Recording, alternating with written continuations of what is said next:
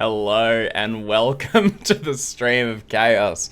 My name is Dave and I'll be your Game Master for this session of Pendragon, where we are playing through the Crucible, one of the two scenarios contained within, not this book, but the Game Master's Handbook. I hosted it because I had it to hand. We are, 3 sessions in now, and our player knights, no longer player squires, you'll see the names all have sirs and dames written next to them, are riding out to do battle with the Saxons, who have dared to raid near them.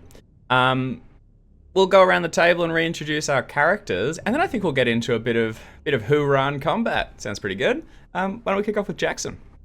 Hey, that's me. I'm Jackson. I'm playing Sir Hervus, son of Pharamond, who is here to take names and kick ass and make a name for myself. It's about time. That's right. What else do you need to know? Nothing. Let's go to Jim. Nothing, because...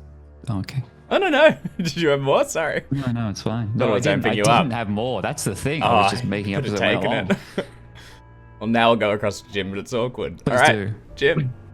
Exactly. I am Jim, and I am playing Sir Mo. Very, very modest. It's easy to be modest when you're the one who has the horse, the armor, the weapon, and the land, and go like, yes, I'm I'm serving the people. See my humility. Yes, bear exactly. down on the horseless Saxons. Fantastic. All right, we'll go across finally to Alex. Hi, I'm Alex. I'm playing Dame Tremors of Summerland, and I killed a man. You did. You did. Every time I read a section in this scenario and it goes, and Kenrick, I go, no, and No, not. No, and not Kenrick. Just the players. And Henrik Specifically, grasps the sword in the stone. And, Kenrick. Was Kenrick going to be a knight as well at the same time? We don't know. we have to Because find, he died. find out. Yes, I'll have to go to chaosium.com and buy the book. That's exactly Yeah, right. that's what you're gonna have to do if you want to know what actually happened to Kenrick. Well, too bad you gotta buy the book because I killed him. We killed his ass. And I just hope that when I come up against the Saxons, I can do something similar and not fail. I'll say there's a great Because precedent. it's truly a miracle that I'm here at all. Everything about my character is thoroughly mid, except sword. And hey, it kind of shows that that's the one that counts. It seems to. Yeah, absolutely. Fantastic. So we pick back up same day as all 3 of you were rather hastily knighted. So you have received your what's the word I'm looking for? Spurs and swords, and you have ridden out as equals with your fellow knights. It's not a large formation. There'd be about maybe 20 knights or so in total, moving as a unit, all under the command of Lord Robert, also recently knighted. You are moving out through the Sarum, the town that surrounds the castle on the rock, and as you do, you can't help but think that the common people here now are looking up at the 3 of you with just adoration and respect as they see you sort of high on your horses, dressed in your livery and your armor, the picture of a perfect knight. You're riding out from here and heading for a town called Wilton, which is not too far, where you can see columns of smoke rising up into the air. And as you approach, you begin to hear the "Yah! Rah!" roars of Saxons sort of charging around and sort of threatening the general population. Just Saxoning up the place. Just Saxoning everywhere, despite your explicit requests not to. You'll have to make your requests just a mote firmer.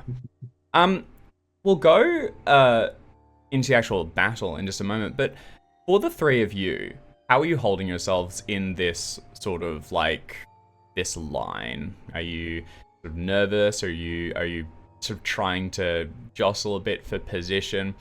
You'll have been told that you're going to sort of serve On one of the flanks, they're going to put the 3 of you is a sort of like little micro convoy to ride out and kind of basically chase down any like stragglers or those that look like they're moving around to threaten the larger unit of knights which have trained together more efficiently. Yeah, I guess any like call outs, like is this like prayers to God or what's the situation? Well, we know Panic. that Nick. Panic. Oh, Oh, panic. Panic. Just white knuckling it. Yeah. Yep.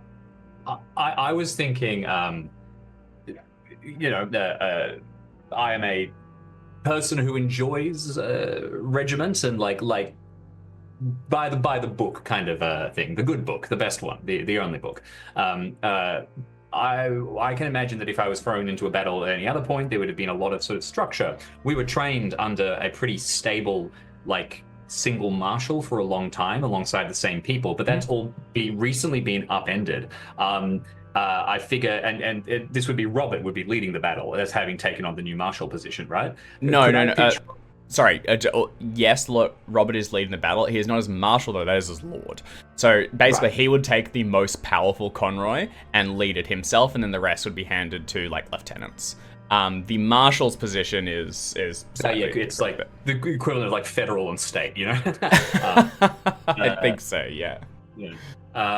Could I roll a homage lord to see basically whether I get in and go like, yeah, this Robert's doing well, I just follow his instructions and I feel completely secure, or I get in and I go, none of us know what we're doing. This is actually I'm a bit adrift. We're all going to die. Don't roll it just yet, because that will absolutely apply. So rolling against your passions is a pretty big thing in battles, and actually it's very, very important. So passions you can be inspired by. If you succeed them, it's only once a day though. So if you succeed a roll against them, you can use them to augment another ability, a skill like your charge or your sword or, you know, whatever it is that you want to apply it to. But it has to be appropriate to the scene. And Homage Lord in particular, or any sort of like love of your lord, is mostly tied to if I need to get over there and save them because they themselves are under attack, or, you know, they're in a weakened position or something like that. The most common passion to invoke in these sorts of things is we hate those guys. So hate Saxons is a very strong contender for being dramatically appropriate. So, and if you had a famous hate Saxons roll, that being like 15 and above, you actually have to invoke it when you see them. you roll against it and you just go, oh, those guys suck, and you charge straight in. Saxons. Yeah. There's actually yet more to the passions. So when you get into battle, you're in like a larger one. So we'll lay the field a little bit, and then as we've been going... Alright, as we've been doing throughout this scenario, we're going to kind of look into the mechanics a little bit as we do it, get a bit of a feel for them, and then we're just like sort of, you know, building block, expanding our understanding of the system, and getting a little bit deeper each time. So we are going to go through a battle. It's going to be a truncated battle. It's going to be a little bit shorter and a little bit like limited in scope, but we'll sort of touch on some of the elements so that, you know, future ones, should our knights survive, we have more to look into. So, as you guys come up in this sort of phalanx, over the crest of a hill, you look down into a sort of modest-sized town where most of the common folk have gotten the hell out of the way. And the Saxons, unmounted, are charging around the area, sort of burning buildings and looting and pillaging and all that good stuff. Lord Robert, at the front of the line, rallies all of his knights up into convoys, into different positions. And this is the sort of training that often he would have been going into that you three would have had, like, you wouldn't have been involved with, like when he was training separately. This is more the sort of like the higher level leadership roles. Exception to that is, I think, Mobe, you had reasonable battle skill, right? Like that was I think you were the highest of our trio. I did, because I rolled a 20 on the family heritage thing and got to roll 2, one of which was stewardship and one of which was tactical or battle. Oh, cool. So, yeah. Well, in that case, it's possible then that you join some of this training And to that end, when we do some more development into our families during the winter phase, it could be that your father was involved in like leadership, like strategic things, possibly with Lord Robert's father or someone previously. So you see Robert begin to rally the knights up into conroys, these groups of knights, and then begin to set them towards their task as they flare out and across the battlefield. So when conroys are formed, you actually determine their morale, which is like their willingness to like take advantage of situations and pursue objectives. And it's based on their shared passions that being typically hate those guys. So just as a sort of an exercise, what is everyone's hate Saxon passion out of the three of you? Because you'll be the ones that go together. So I've got 10 for Hervis.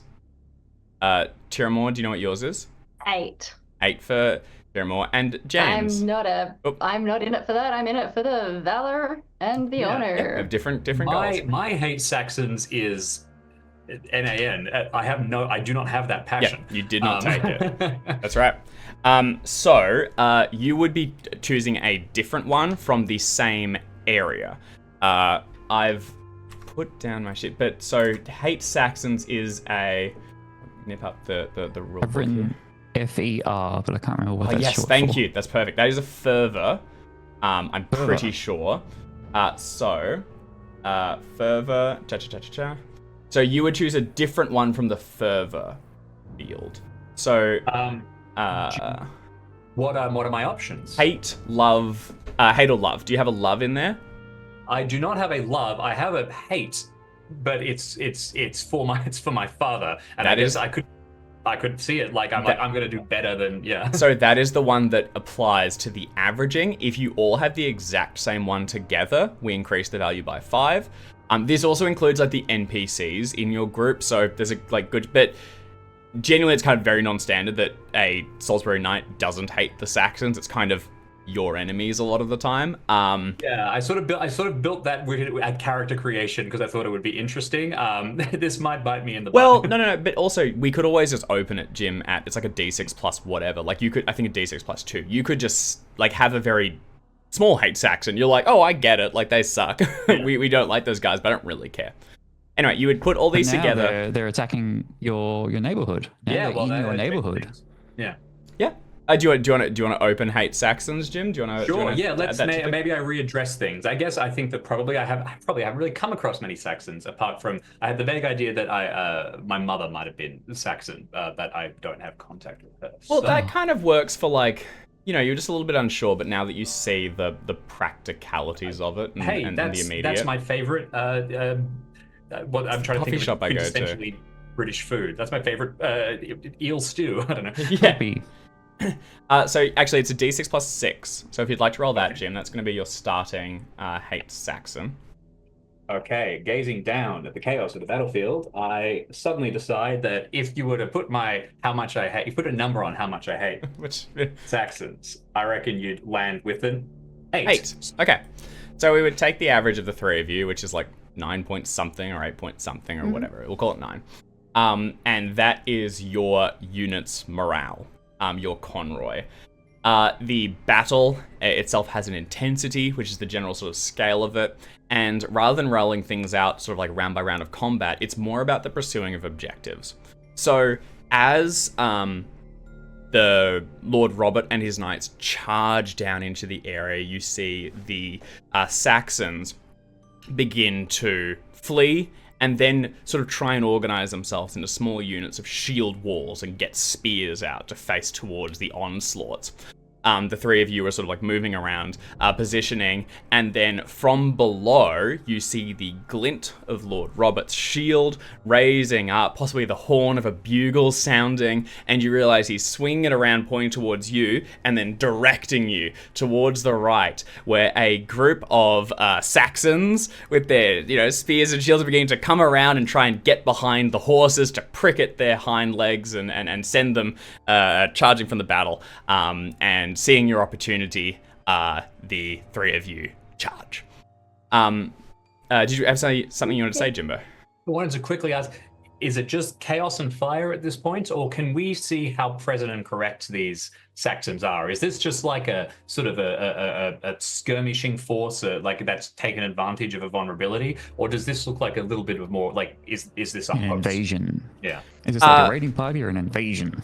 I'm gonna factor this into the battle roll that I'm gonna ask you to make right now. Can you each roll battle? Okay. I can't. Oh, well done. It's You can weird. mark it if you succeed, which for Dame Tiramore and James C is a success. Dear. For Hervis, you're just drawn up into the bloodiness of it all. It's kind of hard to say initially because this is your first like battle in the field where you're not just squiring and fetching extra lances and things for people. You are actually going to be in here in the mix of it all. So easy to overstate the effect. So like see these just like large numbers. They already have the position. There's fires going. It's very hard to read, and this could be quite significant. For Moab and Tiramore, you can kind of tell that this is a pretty small skirmish. This is a like chance force, something that branched away. It's still, you know, an invasion, but this is not the like you don't believe at least the first foot of the great, you know, army stepping its way into Salisbury. Still notable that they're like, you know, we clearly lost so much in the last battle that they think they can get away with this. Those damn Saxons. Those dogs. So, a few things have happened sort of behind the scenes. I have set the battle's intensity, which is the sort of scale of it and how severe it is, and I've rolled against it for the encounter that is being placed before you. So your leader has directed you to charge towards this group, and you know that is an opportunity. That is an encounter that you can just take, and that will be the sort of pivotal turning point, the one that you impact the three of you in this battle. However, some of you have succeeded. That means you could actually choose different encounters. You can survey the field and you can see if there's something else that might be better. Like you're kind of pitting your own skill against that of your commander.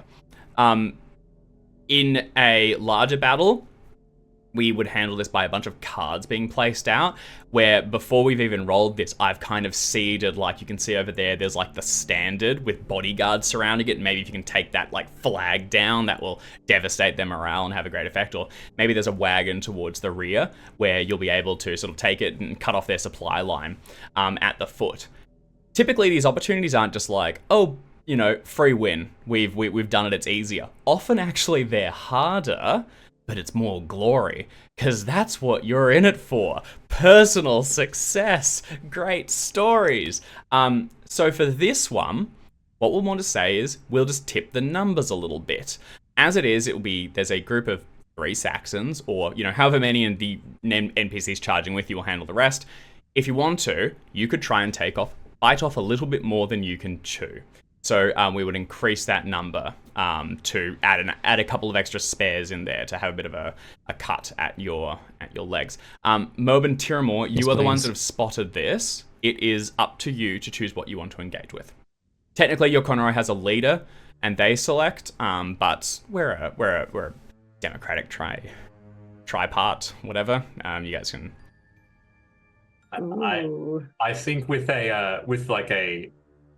I think I'm 16 modest again. We've lost so much in recent times. This really doesn't feel like the time to be pushing the envelope.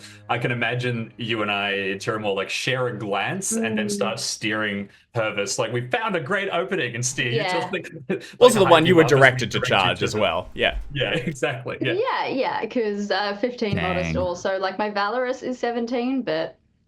Yeah.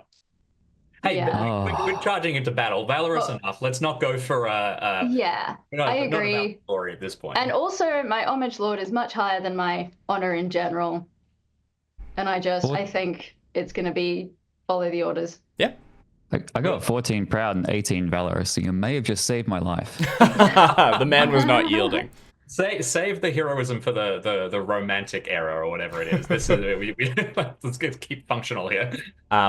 I'll add one more just point to the encounters, actually. Because you rolled, you would have been able to choose which of the encounters you wanted to take. So perhaps if they had archers, you could have charged them. On a critical, you were able to go after an opportunity. So that's like when you fight the head command, the king business himself.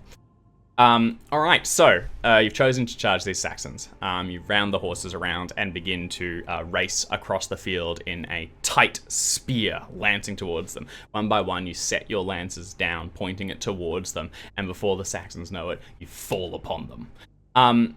As you go in, we are going to set each of your postures, and this is kind of like your like how you're holding yourself is dictates how you're kind of going through this battle. So your options are, here's the appealing ones first. Valorous and Reckless. And actually, I think when you charge, you have to do Valorous or Reckless. There is also Prudent and Cowardly, which I just love that it puts it, name is on the tin. Don't do Cowardly, it sucks. Oftentimes you kind of get pushed into doing that based on the results of encounters. So if you do Valorous, you will check Valorous. You hold yourself, you know, with Valor, and you will do 2 combat. You must do at least 2 rounds of combat before you can basically dip out. If you do Reckless, you have to do at least 3. You check your Reckless, and you also increase your Conroy's morale by a D3. So you're you're just getting in there and like getting stuck into them, which is fantastic. Unless you're part of a mounted charge, you must choose the Reckless attack action for at least the first combat round of the encounter. Oh, well, you are part of a mounted charge, so you can do Valorous or Reckless. What is everyone's stances? We were just talking a bit about our Valor and our Recklessness. It's Valor. It's gonna be Valor. Valor for Tiramore? Yeah. Yes, please. Valor for all? I think we're unified on this one.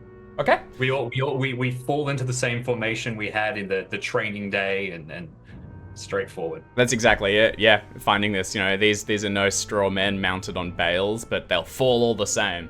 Okay, each of you planning to fight this with Valor, go charging down. Now, does anyone have a Hate Saxon of 15 or higher? Because you must invoke it. And if you do not, would you wish to? You guys kind of have a little like meta level above this. This is not a super big battle. This is a chance to get some numbers up. Invoking a passion does have a risk of failing and reducing things, but it's also the chance to kind of, you know, win glory. If you get really big numbers, maybe you crit and do more numbers, and you know, it's a risk. Would anyone like to invoke their Hate Saxon? I don't think so. Not for me. I kind of like the duality of not being super high on it. That's it. Yeah, you're following orders. I love not for start. me in response to Hate Saxon and charging down on them. Like it's very like, oh, sorry. Yeah, it's listen. completely full. This is professional, not personal. Yeah.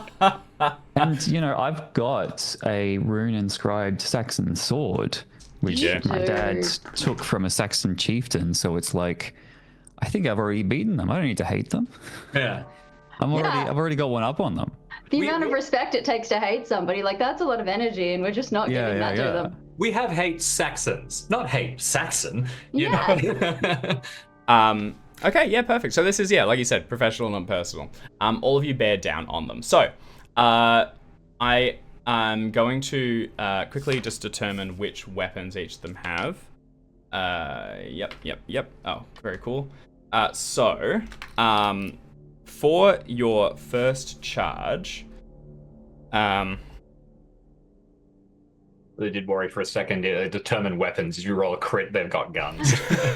Jesus Christ, the S. Oh no! For your first charge, each of you are going to roll charge. This is the initiating thing, and because you have the kind of jump on them, it's going to be very much in your favor. So you are all rolling charge. You are adding 5 to that because you are on horseback and they are on the ground. Then you are adding 5 to that because you have lances and they do not. Yay. They have axes and spears.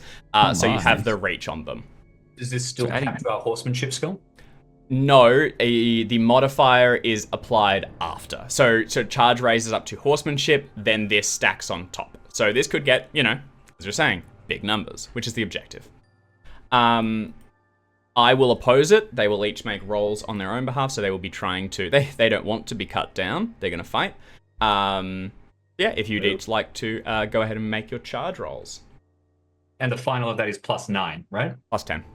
+10. Okay. But you get the modifier option in the macro, so. Yeah, it should suit. Yay. Hell Well, yeah. I mean, that's pushed everyone to 20. Yeah, which is cool as hell. Well, I mean, it's the initial charge against we are knights. This is Absolutely. tanks going Absolutely. into infantry.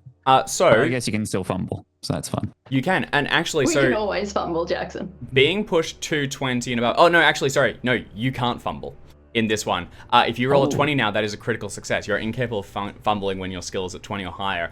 You are mounted knights riding down things. This is kind of beyond the scope of failure.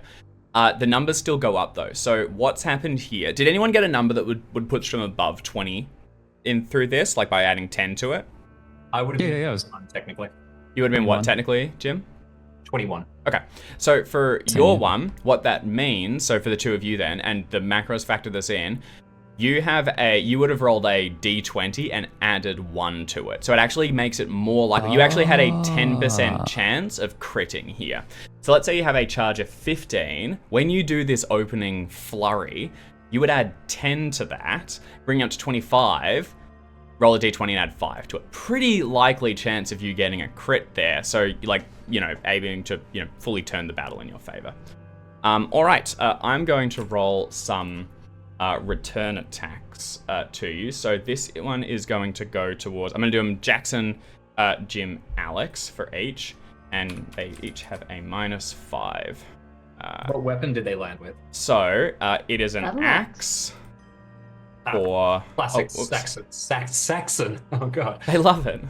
It is an axe. That is a success to Jim and a spear for Alex. I don't think there's actually a difference to the rage thing. Whoa, failure. That would have been a lot of damage though. So that's good. All right. So let's roll some numbers. If everyone can get their charge damage, it is based off of your horse. So you all have charges.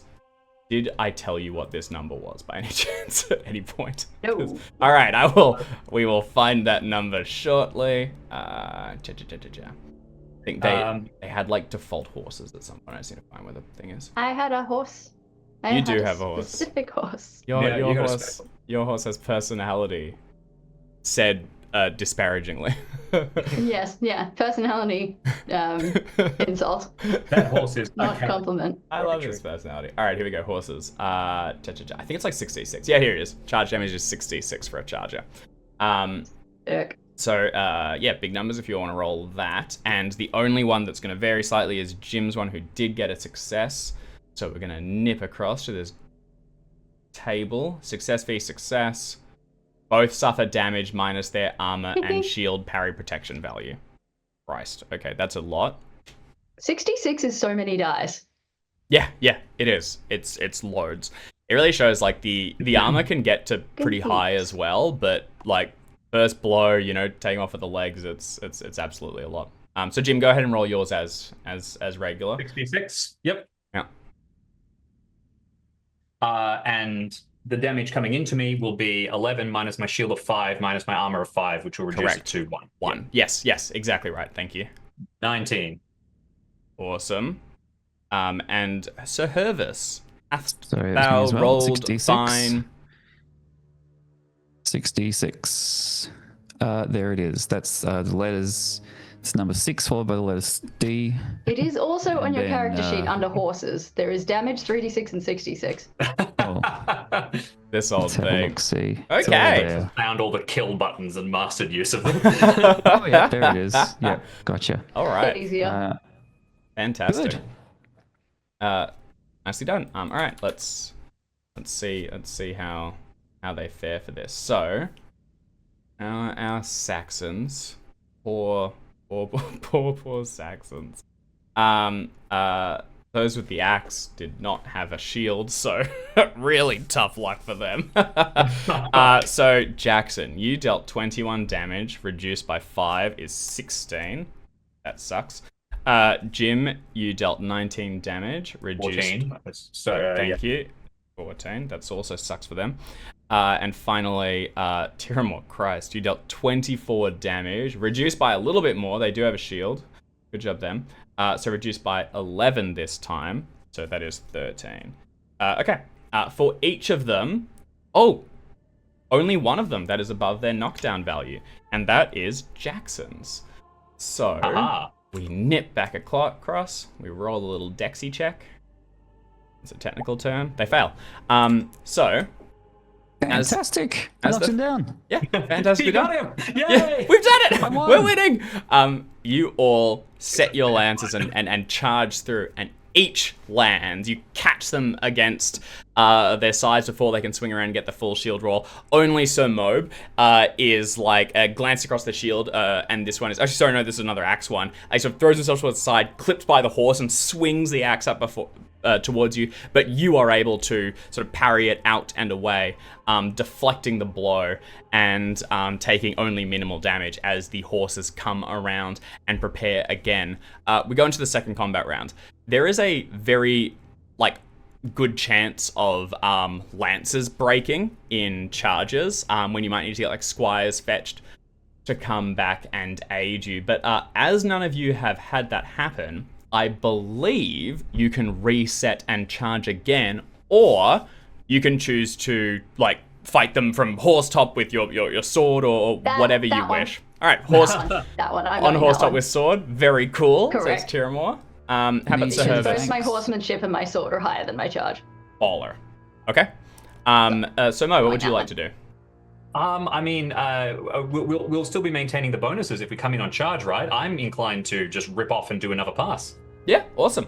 I'm finding the charging section quickly, and I'm just seeing if you need to, if it's around to. You know, I'm gonna off the. I think I'm gonna have you make a horsemanship roll, Mobe, just to get away and circle back around again. And this will be another one that we'll look into a little bit more for the specifics. Sounds good. Okay. So we'll start off with a horsemanship roll from Sir Mobe. No It's a dice. failure. You move away, but this is going to be your round effectively of repositioning. So you'll be charging on the next one, which is at Sir Hervis and Dame Tiramore. The opportunity is yours. So you are still on horseback. You can swap to your swords, each of you, and so you'll still have a +5 bonus. I'm 90% sure. So they, it's really, horses are good, and this is not in their favor. Each of you just drop lances, draw the new blades, and get to chopping. Heck yeah. If there's any extra flavor or zing you'd like to add, otherwise, roll some dice. Sword. 5 Sword. modifier? Yep. I lift the sword high. We didn't actually clarify this. We rolled in my backstory that I've got this Saxon rune sword from my dad. Is that the sword I got during my knighting ceremony? Yeah, it is the one you got. Does it have Fantastic. It's a mechanical bonus, right? It's got +1 damage or something, yeah? Does it? I don't know. I think so. I don't recall that. I can check that. Una momento. But regardless, I would like to lift it high and make sure that any Saxon around sees That is... that I've got a Saxon chieftain sword. That is pretty just nasty. so we're clear. Jackson, that does give you +1 damage. Hell yeah. Outstanding. This is a magnificent sword, is the technical term. Ew. Hell yeah. Fantastic. All right, lift it high and say this should taste familiar. Hell And yeah. I got a success, which is yeah. very good because otherwise that would have been embarrassing. Okay. Awesome. All right, they're going to each oppose you. So for Jackson, we've got a little axie coming in. Oh, I see. What I've done. I rolled the wrong. Doesn't matter. Yeah. Oh, that's a lot of damage. Oh my good luck, God. Good luck with that. And Ow. and for. Excuse me. Oh, we're back. Oh, we're back. Oh, no. Oh, it's Excuse Pendragon, me? baby. Oh. Oh, no. Oh, no. Our knights have decided to fight. Oh no. Holy shit. All right, we are in it now. Okay, let's get. I'm so I really was excited. like, wow. You know, when you're on a horse, you're basically on killer. Okay. Yeah, it shows how quickly it could. This is such a good example of how it really does feel like the plus 10 -5, +5 -5. It's all in our favor. They're rolling against 9. D20, 5% chance at any time of things just going not the way you wanted it to. Okay, so Tiram, let's do one at a time. Let's do Sir Hervis. Sir Hervis, could you roll your damage, please? It will apply. So success to success. Both suffer damage. minus you can apply your shield and your armor. This is going to be And here still I am. dramatic. Looking for my damage, which may not have made it into my character. Oh, yeah, sorry, it's, 2d6 plus 3 for a sword. Thank you. Oh, no, sorry. Actually, I think that's the rebated damage. Let me have a quick look at your... we'll just have a little look at your sheet, sorry. Ooh. Arming sword. Is that what we're Yes, talking that about is here? exactly what we're talking about here. And yours is +1. Damage character. Oh, heck. Yeah, no, I'm that's sorry, I have no, not done my So homework. yours is 4d6 plus 1. It is, so see under attacks here, it's just got them. It's like 90% of the time, it's just rolling 4d6. You just roll that many. For Tiramore, it's slightly Okay. less because you have a lower Well, character. damage, Because I'm 46. little. Yeah. Gotcha. And just Now plus I'm 1. across it. So And +1 because it's a nice sword. a great axe is 76 damage. That's wild. Oh yeah, it's a lot. They have no shield though for this one. Like they are, it's just swinging it across. Oh, I clicked roll, but I don't... Oh, here it comes. Ignore the Nice. failure. We'll just apply the damage. Okay. All right. Oh, So gotcha. That did the attack as well. Okay, Yeah. good to know. So, let's resolve some stuff. So you deal. I'll handle their one. So they have 16 minus 5. So they are going to take 11 damage. Oh, sorry. They were on the ground. You knocked you this knocked one it all, thank down. God. It's true. What does that Unfortunately, get me? Tiramore's is the one that we really wanted to be knocked Well, down. I mean, It's okay. Well, yeah, because critical does bypass some defense, right? Because 31 damage, I was thinking a subtraction of 10 to that is still 21 damage, which could take out. I think. Yeah, the spear isn't done. Like the spear is. We'll see. Yeah. I've survived I- a big knock before, Don't and I'm on a horse. immediately have the knockdown things, but if I had just applied... Ooh, they did roll a 2, actually. Maybe I will. Okay, just let me knockdown. Knockdown, damage, da-da-da-da-da-da. Damage is greater. No. Yes. Failure.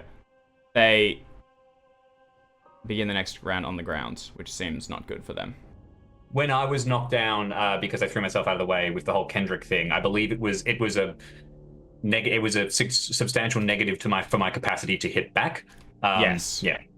Yeah, I think I would have applied. It would be either -5 or -10. Thing is, if it's -5, they still made it. You know what? I'm going to re-roll it, and I'm going to apply another -5, and we'll call that. It'll get caught in the aggregate. So I'm going to make another attack against you, Jackson, so this may not connect from theirs. I'm going to apply -5 this time. And we're going to... And if the damage is... yeah. Alright, so... That is a failure. Barely. But Thank the goodness. knockdown will have applied. So, drawing your sword, slice down towards it. They're able to try and tumble out of the way, but down in the mud where you left them, you strike true and deal Nice. a further, what do we get to? 11 points of damage. Question for myself for future, can you attack knockdown people from horse top? I Ooh. suspect Stomp on not. them? It might just be that it's the equivalent, so you get that height difference, and maybe you would have had to leap down, it would have just been the -5. It also might be a bit of that sort of like flexible, you do the sort of lean down thing, you subtract. That's it. I'm just wondering if they stack up. Like, Getting up. I suspect knockdown's probably the equivalent of horseback for ground people, as we call the non-knights. I see what you mean. All the same, we will resolve it as follows. You've done a whopping 29. They are technically still standing. But my they're God, not looking. these They Saxons have have health. 1 health. Good job, Saxon. Okay, we are now going to resolve the critical. So, Yeah.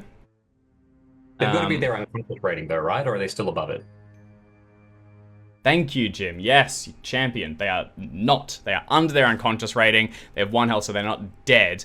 But with this blow, they do fall backwards, and they are no longer moving in the blood, in the ground. You could just Fantastic. reverse your Oh. horse over it and just you just grind him into the dirt. That's Hey, fine. No, Vicious. there'll be another one. There'll be another one where he came from. There's always more Saxons. All right, Alex, let's resolve this little critski. So you got a success, and they got a critical. Oh my god. Yours on horse. doesn't. It's just theirs. Okay, cool. But I'm on horseback at the moment. You are. That applied to the bonus you got. Unfortunately, I think it does not apply further. How do I read this freaking? What am I looking at here? I think it's I think critical success is just more damage. I think you both hit one another.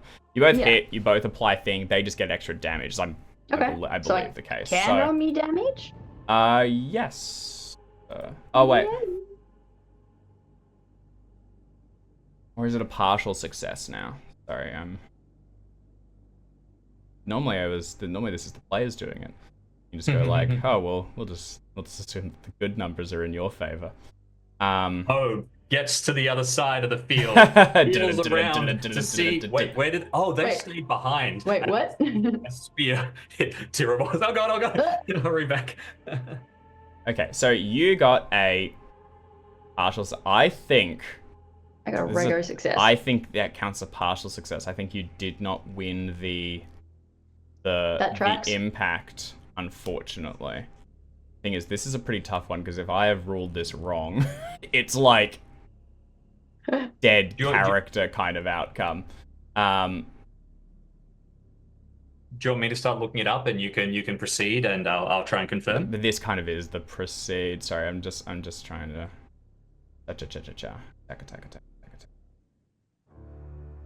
I do think like in terms of like medieval combat, it does feel like you read the stories of sort of historical knights and stuff like that, and how they kind of were sort of a little bit invincible, but then kind of something would go wrong, and unless you count like Agincourt or something like that, where it just feels like it goes wrong for everybody. But or right for everybody, I guess, depending on what side of history you're on. We're all pro French here, right? Like. But spears be good. A critical success. Sorry, I should have been doing. There's also the partial success. Like if you rolled higher or lower than theirs, so I possibly ruled yours a little bit wrong, Jim. Okay, so a critical success beats any other outcome in an opposed resolution and guarantees a win, or at least a tie. This is true even if blah blah blah. So then you got a partial success because you were successful, but lower than your opponent's roll. No, you were higher than. Higher than. But I think your character usually gains some minor. In combat, it lets you parry and da-di-da-di-da. Yeah, I think it's a. I think it is a partial success. You did not win. Yeah. So, and it was not a tie because you did not both crit. So it's a partial success. Okay. Yeah.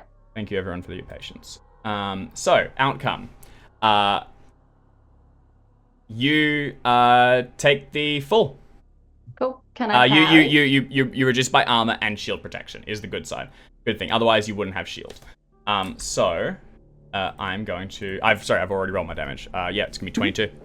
Yep. So armor points 5 + 2 on a success, and I did succeed. You did. I got the success, so that's 7 taken off of it. Shield. So 15. I think the shield. I think you don't shield with a sword. I think that is what the parry is because it's two-handed. That is you. That's the +2. So that has been applied. Cool. I believe. So -7 is 15. Is that above your knockdown?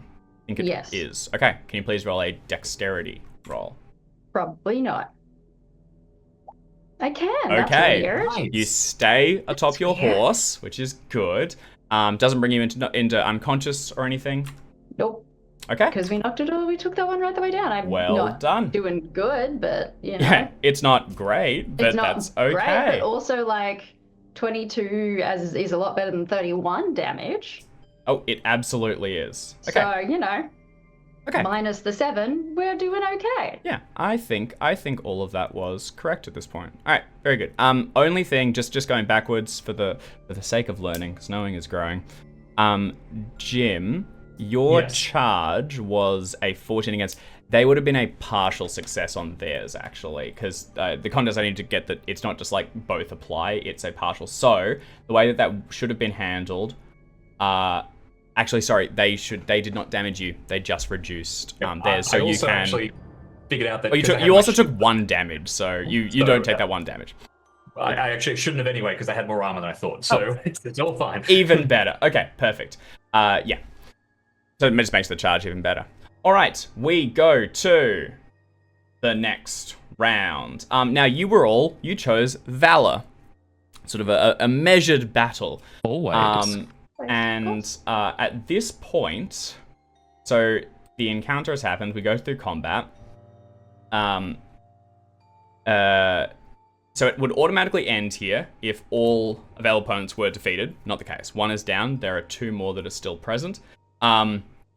If you are still engaged, you may fight 1 more combat round. If you succeed, both an energetic and a valorous roll. So otherwise, it's kind of like, we've gotten the objective, back to the fight. Like, you go back and could do other things. So anyone that wants to remain needs to succeed energetic and valorous. You need to succeed at both of them. Yes, that is my read. Well, heck yeah, I'm here for the glory. Stay in it. I am so not very well. Yeah, you do not need to take this. I believe you can just leave. Oh, you may need to roll. Bad, so I try to get back in. Okay. So Mob success. And Mob success. Mob, you can remain. Hervis, double success, you can remain. I will sit on yours for a second. I'm in it.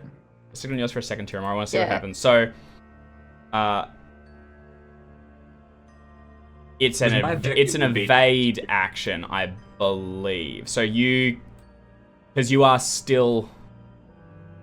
My objective would be to charge the one that attacked Tiramore, if that's going to provide any kind of covering or whatever like that. Yep.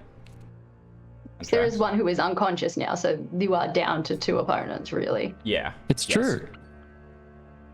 With successful evade action, if they do so before fighting their minimum number of combat rounds, no. Okay, No, so no command may also break off the encounter. It seems my read is that you can just. I could just go. Dip, I can just take my 9 hit points and leave. Because like if you failed that, you would not be able to fight another round, so you would leave presumably. So I think if you wish, Tiramore, you may disengage. I'm gonna take my 9 hit points and go. Heard. Okay, seems reasonable. You have done your minimum, so you do not. Where is the penalty? It's like you lose. Handicap values. Yeah. So if you do so before fighting your minimum number of combat rounds, you must choose cowardly posture during the next battle turn. But I fought my minimum, so. So you're good. You're good. I'm all good. Okay. I'm simply choosing to not die today. Yeah. So Tiramore. I can't take another one of them hits. So after the charge through, Tiramore and Hervis both draw swords and match against the Saxon. So Hervis drives his into the Saxon, who is unable to get up off the ground, and leaves him in the mud. But Tiramore's is expertly parried. Did any of my damage hit him with a partial success? No. No. So the partial success just allowed you to apply your parry and your. Yep. So you did like block a bit of it, but they actually like this dude just bloodthirsty and swings on you. Yeah. And look, Pike Knight is bad for everyone. Yes. You can't they're just the best. They're just the best. You just can't. There's not much you could do against them. you just and you know, you take what's been accomplished and dip out. No sense dying here senselessly. Truly. So there are 2 remaining. I'll assume, Mob, you remain with your fellow, and Hervis, do you want to engage Dame Tiramore's? That's the plan. Okay. All right. So Mob, yours is going to be a charge. We will resolve yours first. And I still have the +10 total? You do. They are still unmounted and still don't have Okay, yeah, let's try and make use of that advantage. Okay, charge, rolling. That's an 8, so a success for 36 charge. Is that all 6s? My god. Wait, hang on. No, You just rolled the damage. I don't think you've rolled that was not your roll. You need to roll your charge first still. But that is the damage, I think. Okay. I think you just like rolled. You just rolled the charge damage. Oh no, sorry. You also you rolled your charge damage +10 as well. So we will not take that damage. I used the macro button, so that is definitely the right one. So just roll your charge skill. You rolled 26 +10. Oh, sorry. I rolled a 15, but the +10 gets that, so I won't use the reroll for it. Okay. I didn't add the macro to that. Perfect. All good. So that does hit. So if you can now roll your charge damage, or actually I'll roll for my And I'm just going to manually roll it, 66. Sure. The same one would have worked previously. Just don't apply a damage modifier. 26. So because they did the 10 there. There you go. Yeah, I understand. All right. So they have -5. Boom, 18. Ciao. Okay, success to success. So here we go. Success to success, but theirs is under. So there's a partial success. Damage does not get applied. They are able to parry. Yours connects. 18 damage minus their 11 is going to send 7 damage through. Not enough to send them into... actually, just barely not enough to knock them into unconscious, which I believe was 8. They have Correct. how much armor did they have? 11 with the. the Sorry, great no. great You are axe shield. completely right. This one does not have the shield, so it is just -5, which means you deal math 13, 27. That is enough. KO. You take him out. Nicely done. Another one falls as the second successful charge. Lastly, Sir Hervis. Man to man. Yeah. Horse to horse. Horse to horse, let's I'm rather. not charging into this guy, am I? He's already like nearby. You're just whacking him. Alright. Just a plain old sword swing? Yep. Let's do it. Bop. Oh. Oh. Bop. Okay. Success. Oh, unfortunately not a crit. You applied your +5. Ones are not crits. You applied your +5. No. Okay, wouldn't have changed the outcome, because it'll just get you to a set 1 under 17. All right. This one is Alex's Saxon, who has a spear. They have -5. Oh my. All right, and that is a failure, so they do not go through. So your 1 connects. You deal 15 damage. They are unable to apply their shield, so they just reduce it by 5. That means they take 10 damage.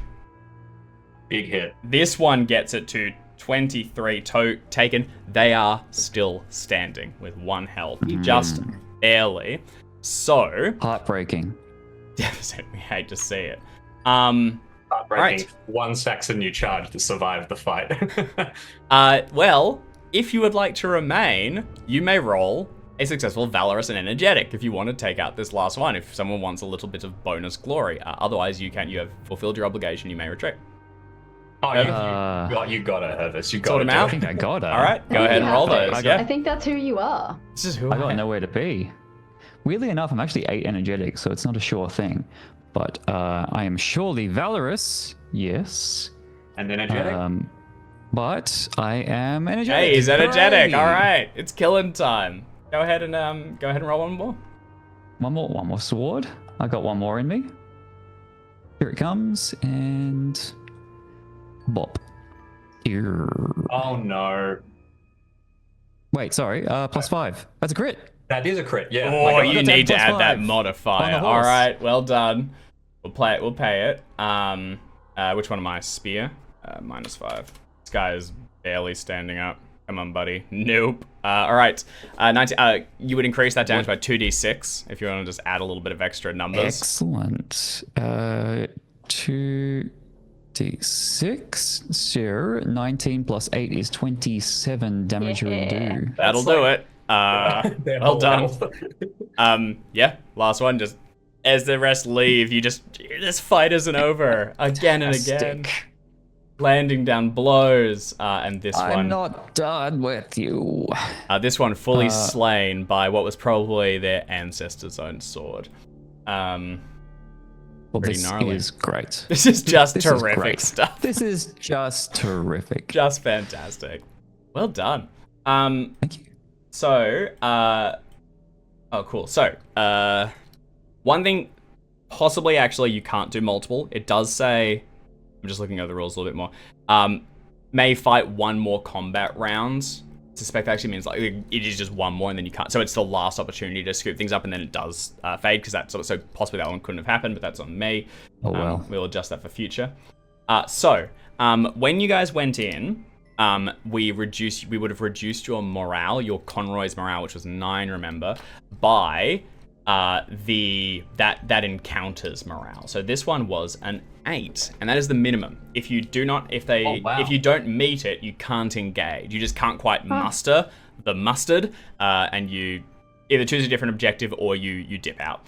So you guys went down to 1 morale, which is this is more just like.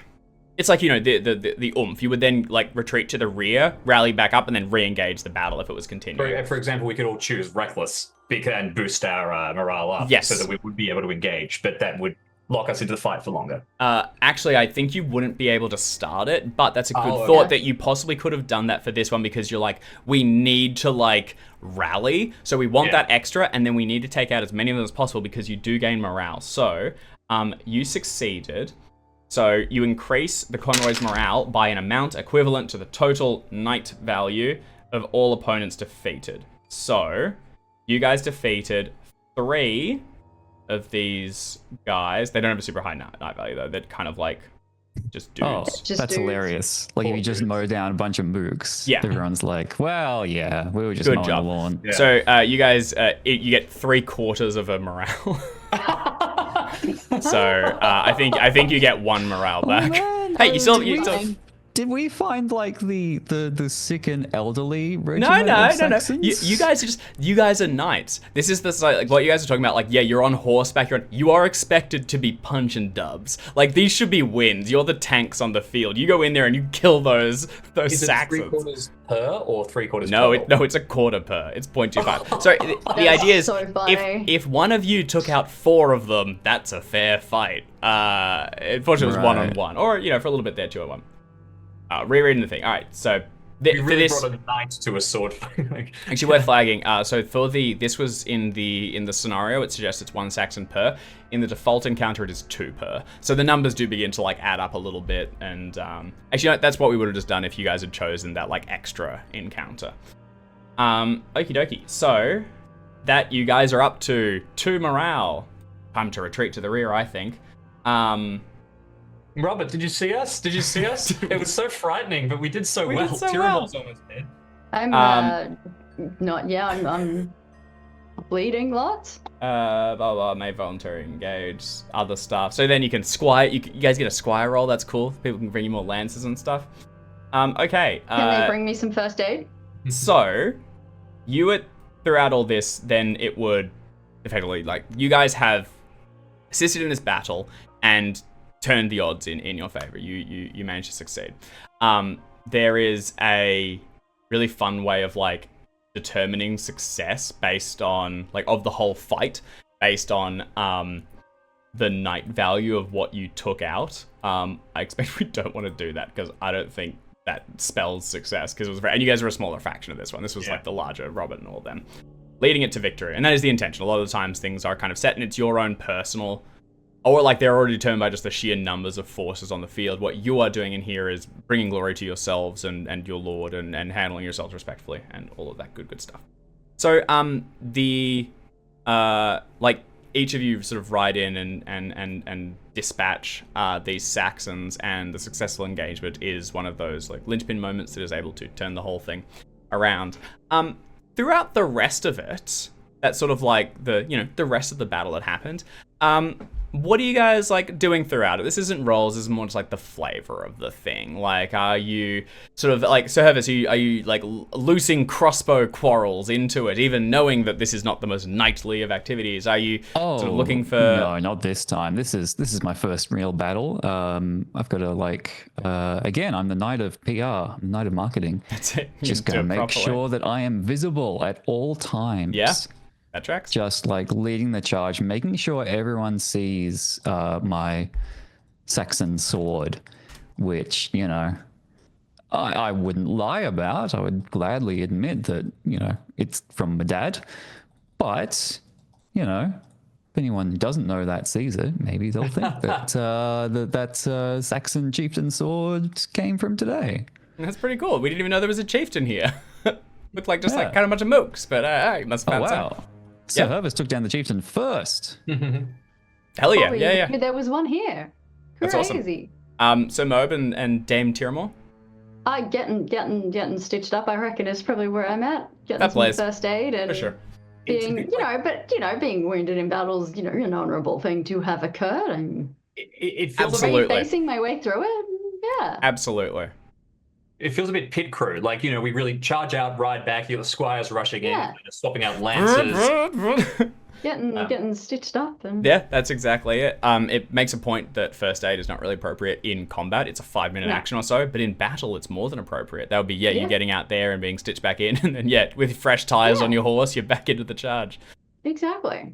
So I'm Mo? gonna be Two Shoes. That village is under attack, and the common folk need aid. If I get a moment, I'll ride towards probably like an area where the Saxons have, like, because if they formed ranks, they've massed around the other side. kind of start trying to ferry people out. Sort of this way is safe. Getting like Yeah. sort of managing evacuation. Awesome. Just helping people out and making sure they know where to go. Yeah, that's fantastic. The Saxons are routed and soon begin to sort of abandon their plunder and flee, making their way for the hills and in retreat. Lord Robert is visibly thrilled by the bloody battle and the great success. And he rides back and forth through the ranks, cheering and hurrahing and promising that tomorrow we feast and we drink to the honor of our victory here. And rattles his swords and very much like sees the three of you at some point, like, and to the new knights, and all of this will be a success. Like, glory, and that sort of dour expression that you saw on him when he first returned from King Nanteliod's defeat is lost. He's very much returned to form, and you can see, the fire within. This is a lord who will fight to the last and will make sure that the Saxons find no foothold in Salisbury. They shall all be repelled, every one of them. The battle is won. Congratulations. Yay. I think everyone deserves a little glory. That's what I Yay. think. Yay, glory. So glory. So you get just for participating, congratulations, you earn 5 base glory, because it was just a small skirmish. Yeah. You are going to get a little bit more. It was a victory. You're going to multiply that by 1.5. Woohoo! Do you multiply that by if you get an extra stuff? Cha-cha-cha. They may also return to the base. No, it's the base glory. So you are all going to receive 7 glory. Hooray! 7 glory. So it's going to be 7, and then we're going to increase it by a little bit more. It's kind of worth recording these as like events. Like we'll add up all your total. You get a little bit more for the number of dudes you defeated.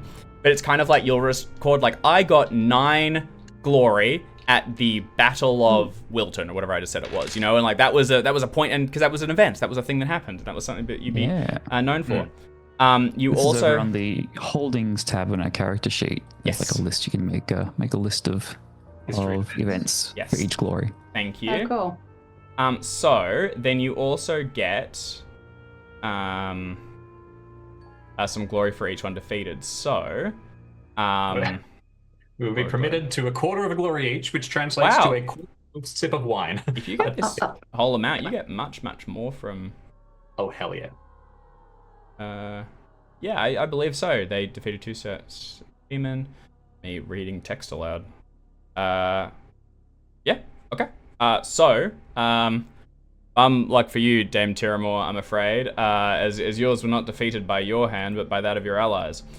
So Mobe, you will gain 25 glory for defeating one of the Saxon warriors. So Hervis, you will receive 50 for taking out 2. Congratulations. Risk it for the biscuit. Well, that's not bloody bad. Yeah. Dame Tiramore, unfortunately, no further. That is okay. Unless you get some for like you guys will engage the encounter, but I can't immediately see that. That was like that's like the we got glory for becoming knights and riding in. Filming this battle. What's the battle called? What is this battle It was called? called like something on market. It was the Battle of Wilton. So they were first seen by the market, but the actual Wilton is where the battle was held. So this will be the Battle of Wilton, where you all bloodied your spurs. Yeah. So I think that covers the battle. So little like taster of like what the larger ones contain is multiple of these encounters, and you can kind of see how like pursuing glory and pushing the limit is like how you can accrue it. That said, there is no shame in not getting it. You all contributed. You were all present. You received that base. Like Tiramore's strategic retreat is just a missed opportunity yet more. It's a push your luck kind of thing. I'd be dead if not. That's exactly it. Sometimes if you need to, glory doesn't do a whole lot for you when you're dead, especially when you don't have an heir yet to get some of it. Miss all the shots when you're dead. That's what they say. That's what they say.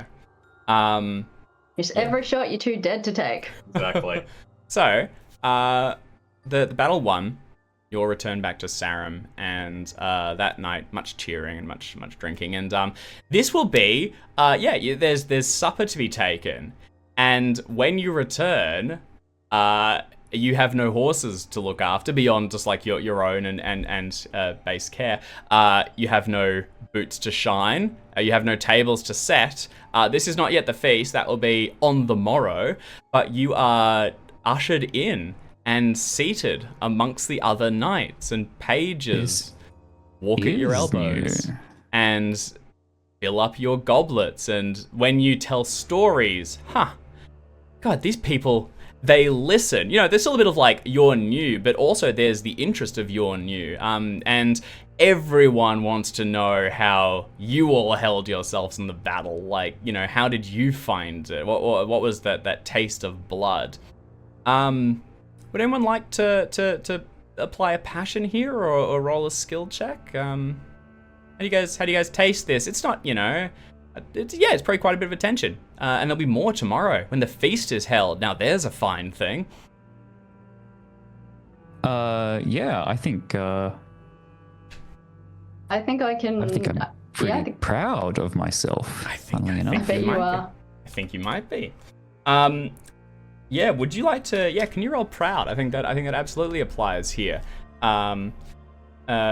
As you sort of, you know, tell the story and begin to collect some of this glory for yourself. I think I probably talk Robert up. Okay. Yeah. Could you roll modest, please, Dame Tiramore? Or Homage Lord? That's you can invoke the passion, Homage Lord, and increase your modest. Actually, let's do that. Let's do that. I think doing that. I think that'd be really cool. I don't know that we've done a passion invocation. So roll against your buddy. Right, so do a Homage Lord roll. Yes, please. Do I add a modifier or anything? I don't think so. You can if like this is a particularly significant thing, but this is pretty mundane. So Failure. okay. That's so funny. Yes. More stuff. Cool. All right. So failure. Passion crisis. Oh well. Spectacular. Do we want to resolve the Passion crisis success first? Let's just. Oh my goodness. Okay. Successfully proud. What? This is awesome. The passion crisis. This is the dramatic stuff. This is the like struck at the. You know, you go to tell the story of your lord, and then you find him swept up in his own glory, and you thought you had a closer relationship, and you know, misery, etc. You realize that all of the admiration like falls to nothing because you just did everything. I'm a shitty storyteller. I'm so excited by this. Okay, for dole and sorrow. Fantastic. All right, a failed or fumbled. Yes, correct. Passion crisis may occur. Cool. Continue. Sounds Tell me more about this. All right. Like You make another roll against the same passion. And we're gonna see, how impacted you are by this. Meanwhile, Sir Hervis is over there being real proud of himself. Please crit and go mad. Okay, that'd be great. All right, let's go crazy.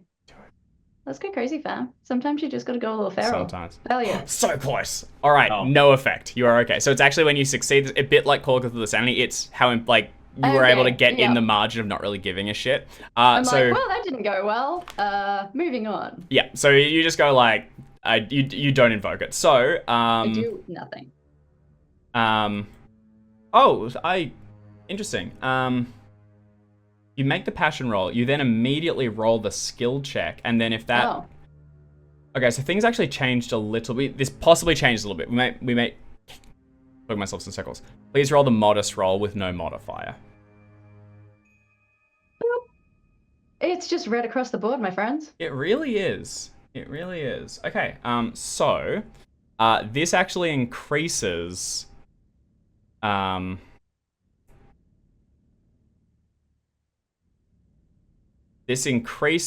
chance of you like feeling gutted, because you try and inspire this modesty, but what's actually happened is the pride has taken over. You were not able to be modest enough. You kind of kept a little bit of this for yourself. All is spiraled. Now can you please roll again that Homage Lord with a +5 modifier because you failed the task. Okay. I believe I'm doing this correctly, and Okay, I will do a little review which later. I'm going to succeed because because now it's super high. Excellent. So, You are melancholic. So what is your Homage Lord quality? You have by base it is 16. 15? No, 16. 16. You Yeah. have a Wow. famous Homage Lord. Yeah. You are melancholic for 1d6 days. Nice. What melancholic Oh, means buddy. is black bile must be removed. 4 days of sadness. you suffer -5 to all skill and passion rolls, and you'll be really excited. This is going to include the feast.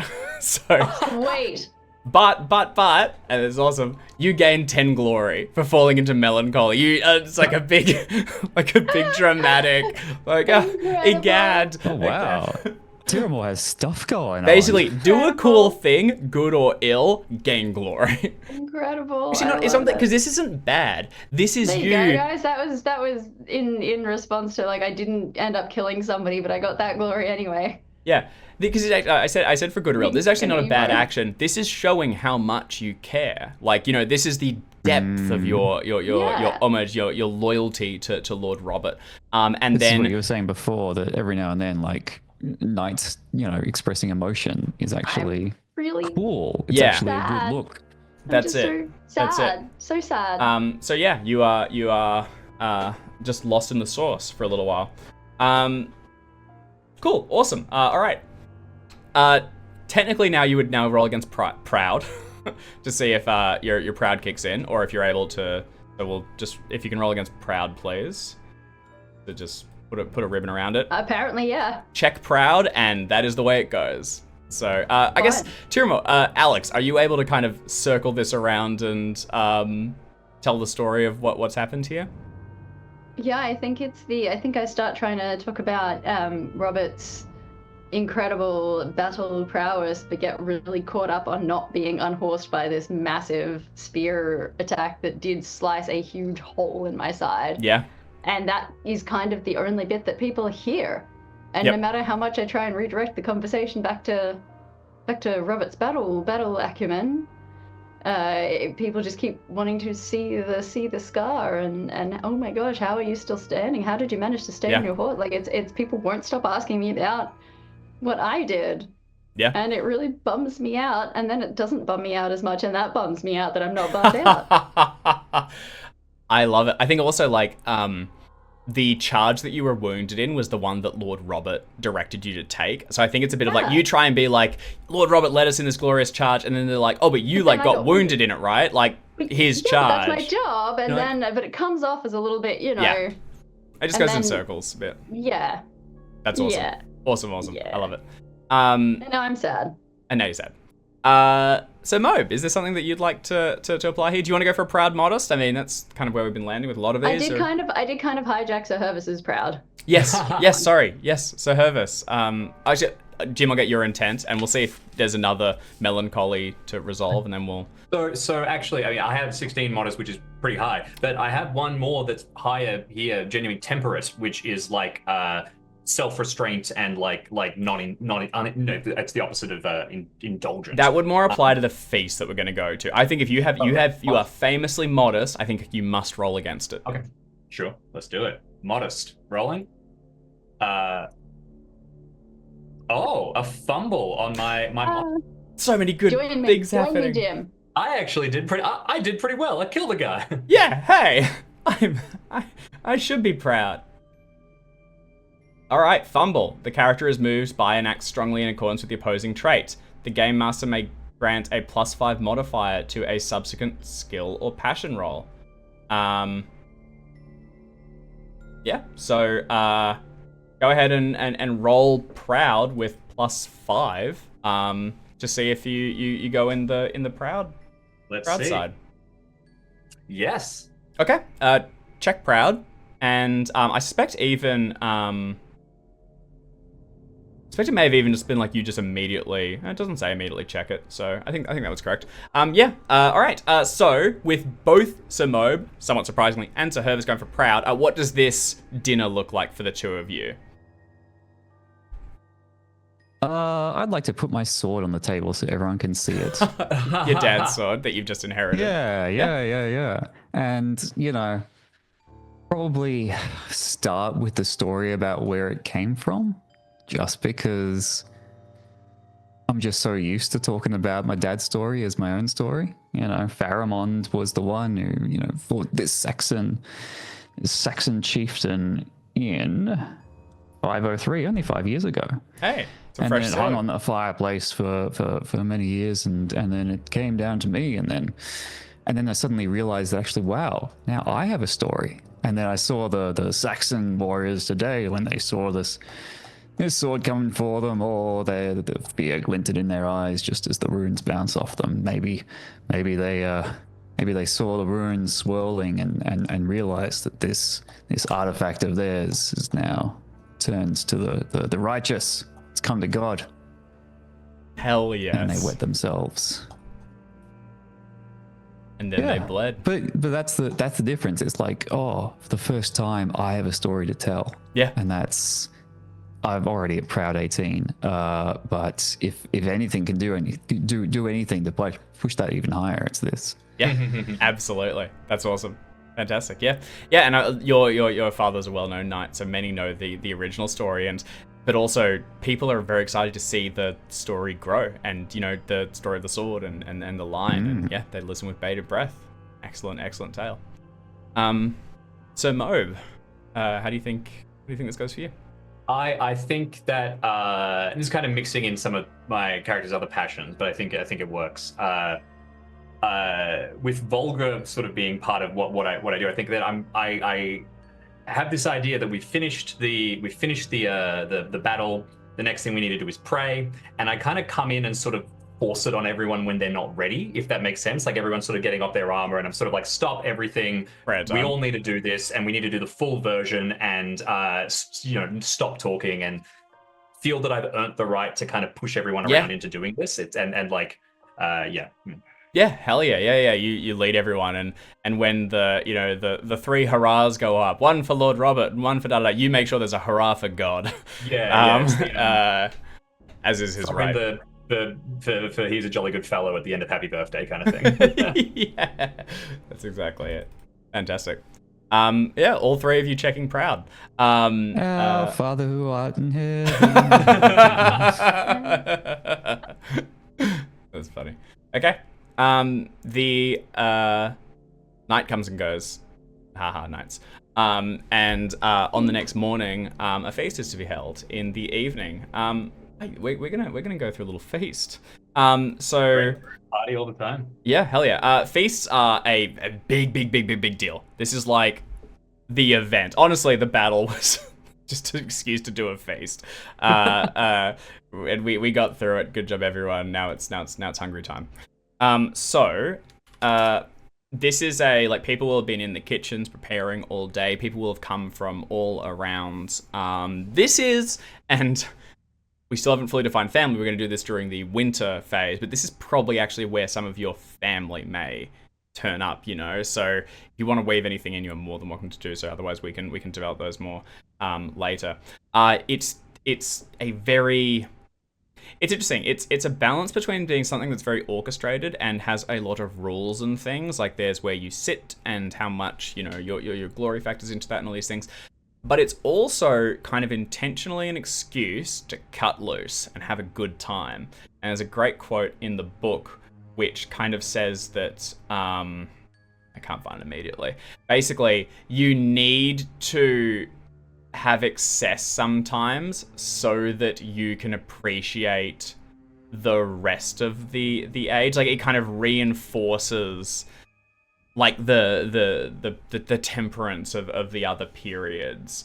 It's also a chance to show off your wealth and your power and everything. Like this is when you would dress in your finest, and the host would put out their best foods and their finest salt and everything, and you make a name for yourself and you schmooze. And these are so I was saying just as important as battles. So the way they kick off is there's a few roles which get applied to like the skills that you take throughout it, and then the feast is held in rounds, much like the battle. So you will like get an opportunity to do actions and things, and each of these are on the individual level. So this is a smaller scale feast. This is a sort of moderate battle, and then some new knights and things. So still a feast, but not huge in scale. So we're going to do 2 rounds of feasting and events, and then see where things take us. I love like rounds of feasting treated like a battle. It's so fun. Square up. See how it goes. Who can eat the most stuffed game hen? So the very first thing, first of all, you have all been raised up. You are all household knights. So you have an ordinary lifestyle, and you are expected to maintain that. That means you would be dressed fashionably, wide variety of colors, blue and green from linen and wool. Woad, don't know what that is, and red from local matter. Cool. You can go up from that. So if you push in, like if you increase your standard of living during the winter phase, you would be looking even better. This is going to apply a +1 geniality modifier to all of you. So that means that you get +1 to a number of rolls that are going to happen throughout this. We'll just kind of remember that number for the time being. It mentioned that you can apply the optional fashion rule.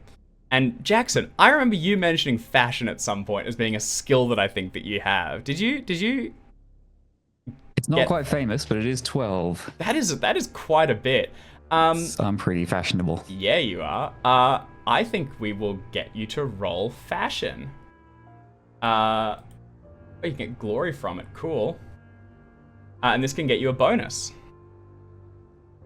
Could get you a bonus, not this time. It's short notice. You didn't have the time. You still look good. You're looking fine. But my good hair shirt is at the dry cleaners. That's it. You have to. I mean, you will have more money now that you're knighted, so you'll be able to really get things going soon. But yeah, this would be able to apply a further geniality bonus that gives you just a little bit extra. So. We have that. Then there is the seating, which is very, very important. So there's 4 positions, and then within that, they're kind of ranked by glory and how important you are, like if you're the lord or anything. So at the lowest, there is on the floor, and that is where you all previously were as squires. And basically it means you are not seated. You find a little nibble where you can, and you're more in attendance. Occasionally a guest or a knight may be put there, but that's a pretty big call, and it pointedly says that it is big enough that if you were a household knight, you would probably stop. You would leave. You'd be like, I've been insulted beyond the pale, and I shall never return. There's then further from the salt, so that's sort of just along with the general masses. There is no shame in being placed there. That is the default. That is the assumption. Average knights would be there. Normally, that would probably be your position, especially for the period. Especially for being new knights and not really establishing yourselves just yet. There's then closer to the salt, where you begin to move up the table, and that is a sort of position of respect. You have earned your place here. You would gain +1 geniality each round. And then there is above the salt, and that's the high table. That's where the lord seats, and they're great guests of honor. And they would apply +2 geniality per round, and that is where the 3 of you are seated. You are new knights, and you are being honored alongside Lord Robert on his success, and as his friends and now loyal knights. So you are being seated alongside him, and you find yourselves having hurtled. You probably haven't been you would have always been on the floor as squires for each feast you've witnessed, and now suddenly you find yourselves up at the high place where people come to pay tribute, and the best food is served and the most time is spent, and it's a very, very fine thing. So you have another +2, so it's getting to +3 geniality. What was +1 from again? Being ordinary knights, your dress and how very fine you look, your standard of living. So +3. When it says above the salt, just for what that means, salt is just a very precious thing. It's how you kill your mates and things, and it's important. And most salt is kind of brackish, greeny, blacky, like functional stuff, and that's what's laid out on the lower tables. When they hold a feast, they take out this big like box of pure white salt, the finest they have, because this is the Lord showing off and saying, look how much very, very rich I am. So that is placed on the high table, and so where you three are seated along with your allies, you're like looking at this big like pile of little crystals and then out towards everyone else, and that is your seating. So yeah. There's typically, so if you guys go to like a random feast, if you're just invited, we will do a glory roll. That's how it's determined. So you'll take your glory, divide it by 4, and roll again. Oh, sorry, divided by 1,000. And that's what you roll against. So divided by 4 would get some very big numbers. And that determines where you're seated. So like above the salt, closer, etc., etc., etc. If you are seated somewhere where you shouldn't be, you need to roll modest or lose honor. I love that. And then from there on out, we roll some feast events. Oh, there's one final modifier. You get a glory bonus. What is everyone's glory? And actually, we need to make a final adjustment to this because I don't think we applied it last time. You all gained glory for being knighted. So if you can each add, you're going to gain 1,000 glory for just being knighted. Nice. You gain 1% of Sir Robert's glory. That's another 40. And you gain a further 50 points for being accepted as a household knight. Additionally, I can't remember who succeeded their dex roll to jump into their horse. But I think we already applied that one. We applied those ones, Okay, that one you would have gotten 25 for, I think. So everyone gain 1,090. Oh, sorry, an extra 10 for succeeding the jump. 1,090. And yeah, tally up your new result, and then we'll see how. No, it's not the time. How very, very gloriful you are. No. So I had 1175 already. Cinnamon off the keyboard. Family. Nice. Off the keyboard. What does that brought you to? Plus 1090 from being knighted is 2265. Plus 57 from the battle is 2322. 2322. Nicely done. You get a +1 modifier. I expect you'll all be in the +1 modifier. For what it's worth, your prominence is unproven, which is from 1,000 to 3,000. So at 3,000, you move into like veteran knight. You've done a lot of things. No. So, you get another +1, so you're up to +4, and I expect this will be the same of each of all of you. What are we rolling? Sorry, just a d20? I'm just not. We're about to. This is your geniality modifier. You're up to that plus. That +4. Gotcha. We're just kind of adding it together from several things. Okay. Gotcha. So we've all got 2,000 glory, so we get a +2 from having 2,000. I believe glory. you all have 2,000 glory, right? Yep, 2,173. Nice. Jimbo, have you done yours? I'm sorry, I'm still. You'll be in the same range, I'm pretty sure. Badly. I'm in the same range. So everyone is up to a total of +4. There was the clothes, there was the +2 from the salt, and there's +1 from your glory. So Hervis, if you'd been able to do the fashion one, you might have gotten a little bit of extra bonus. We You now said make. divide by 1,000 for the glory. We're not. Sorry, this is just a flat sorry, bonus you're getting. No, it's me not explaining. Sorry. We're not doing the glory roll. That one is done when you just show up to a feast that you've been invited to and find out where you're seated. Because this one is a sort of set event and you're being honored, you've been placed above the salt. You get the finest space. Okay, so up to a +4. So now we roll for feast events, and it is an appearance roll.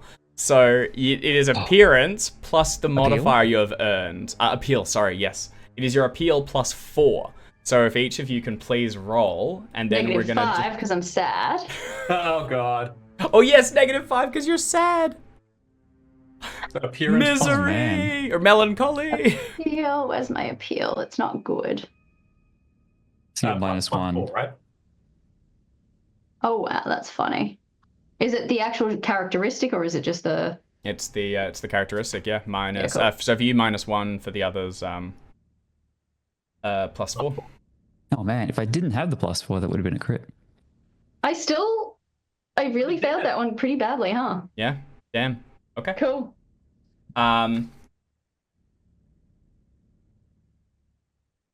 Oh, sorry. I just assumed it was a roll. It's not. It's your total. Sorry. I'm glad you all wrote that there because now I've still got the numbers. So actually, your -5 won't apply to it because that's to rolls. So, you 11. have that. So does anyone have between 5 and 9? No, right? You're all above My that. default is 9, but with the +5, no. So you are between 10 and 14, Sir Mobe? Yes. Dame Tiramore, where are you? Between 10 and 14? So the my -5 doesn't count. So we Does just not get the count. +4, so it'll Yep. be 15. Okay. Sir Hervis, where are you? Sorry, does this +4 count? Yep. 20. Holy shit. Hell yeah. Okay. Yeah, you've been greatly honored. So between 10 and 14, which was just Sir Mobe, you are going to do 2 events. Tiramore, you're going to do 3. So Hervis, you're going to do 4. You then each draw feast cards, which are kind of opportunities for things to happen, much like the battle, like encounters and events. And once again, we're assuming that like conversation and things are happening. These are just like the triggered, like, do you take this action and do you pursue it? First of all, most importantly, I'm going to roll the random feast course. A 4. Beef marrow fritters. Everyone's enjoying those. They're going down a bloody treat. Yeah, yum scrum. Yeah. And then let's go one at a time. Let's do Sir Hervis first because you've got the most to get through. Can you roll a D100 for me? Sure can. Free knight enters the feast. 18. 18. Which is how old I am. In In case anyone's forgotten that. Damaged goods. A piece of jewelry snags on a hanging or passing cloak and is in danger of getting lost. Can you make an unopposed dexterity roll? Oh, and you cannot choose this card if you are not wearing any jewelry. Oh, hang on one sec. Maybe you roll that many cards and you choose from them. Hang on. Checking the rules. And the cards are like, they can be physical ones. The virtual tabletop version, there's going to be digital ones that are displayed. I just don't have them inputted in this game, so we're looking at the PDF. But you can kind of like just hand them out at the table. So you draw 1 card at a time, either playing the event or drawing again, up to the total appearance limit, if all others have skipped the last card. Okay, so it's the number that you can choose from. Mm-hmm. Got it. Right, so I got to pass that one because I don't believe I have any jewelry. Okay. If this is like an actual item thing. I believe that is right. And if you get a host event card, you must play it. Awesome. Okay, right. Go ahead and roll again. 43. Okay. Now these are the PDF is in prints of 9, and what is 43 in 9s? 7, right? No, 9. 5? Yeah, 5. Or 4. 1. What's the question? 3. What is 43 divided by 9?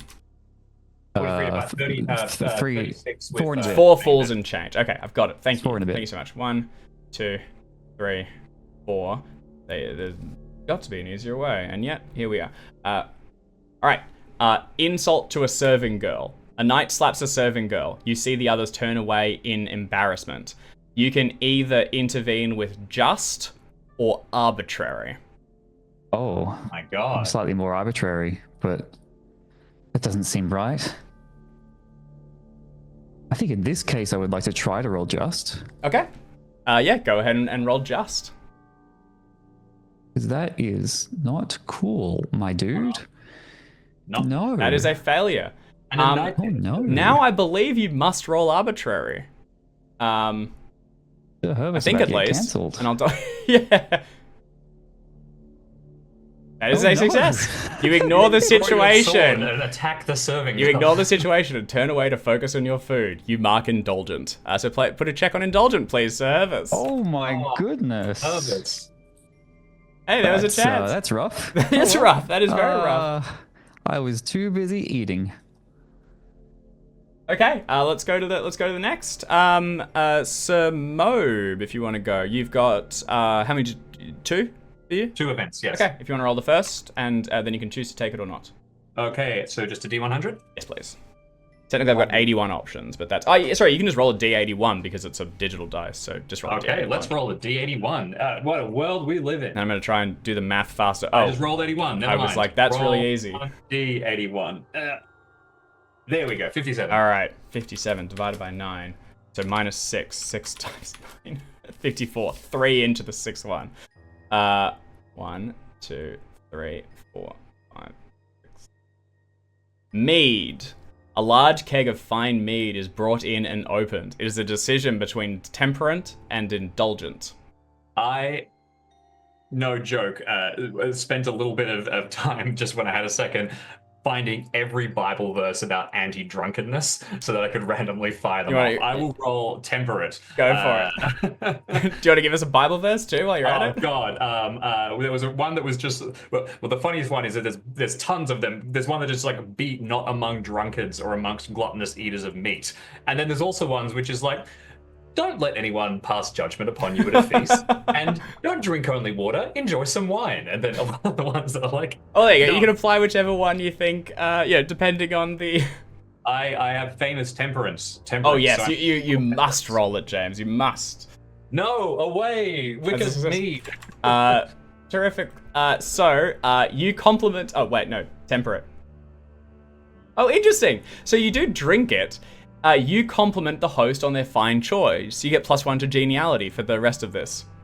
So Okay. you and if you'd succeeded the drunkenness, you indulge too much. So this is a success either way. If you just failed both, it's like nothing really happens, you know. So Yeah. Do I check my temperance? yes, you do. Perfect. Or I presume so. Yeah, I think so. Nicely done. All right, let's do Dame Tiramore. You had 3, I believe. So 3 that you can kind of cycle through is my... Yeah. Yeah. All right, if you want to go... Do I roll with a -5 on the D100? No, I don't think so. You just roll to... But any of these decisions that you make, you're going to have a -5 to yeah. those. 97. Okay. Can you roll again and do a D81, actually? That is beyond the scope of my cards. D81. 26. 26. Math, 18. It's on the 3rd one. One from the bottom. Got it. Great deeds. Oh, this is so appropriate. Several knights ask you to tell of your great deeds. No! If you succeed against modest, it's a modest or proud decision. Do you want to just go for the next one? You can dismiss this one. Do you want to roll again? I've got 15 modest. It's one of the ones that I'm like, You're gonna have a but -5 to not. it. Yeah. I've already ticked proud, so let's go with something else. Okay. All right. Roll again. Still on an 81. Yes. Thank you. I could imagine you getting really sour and telling the story of how you killed Kent. Right? Yeah. 58. Okay, that one's a way tougher one for me to math. 58 Sorry. divided by... No, it's completely my fault. I should have put these in a It's table 5 before we Divided by started. 6 is 54, so which is 9. Thank so you. So it's on the... There are 6 full, so it's on the 7th page. It is 4 down on the 7th page. Easy. It couldn't be an easier way. All right. 4 down on the 7th page. Cha-cha-cha. 1, 2, 3, 4. More food. Another platter of food is brought out. It's a decision for all players. You all do this one. So Herva, Simov, and Dame Tiramore. You must roll either temperate or indulgent. This is if Tiramore wants to take this one. Or could. Which I Tiramore must. absolutely do. This is the last one. Tiramore just wants yeah. another to roll. be sober-minded, be watchful. With my -5 modifier. So again, we're all rolling indulgent. Or temperate. I'm going to roll...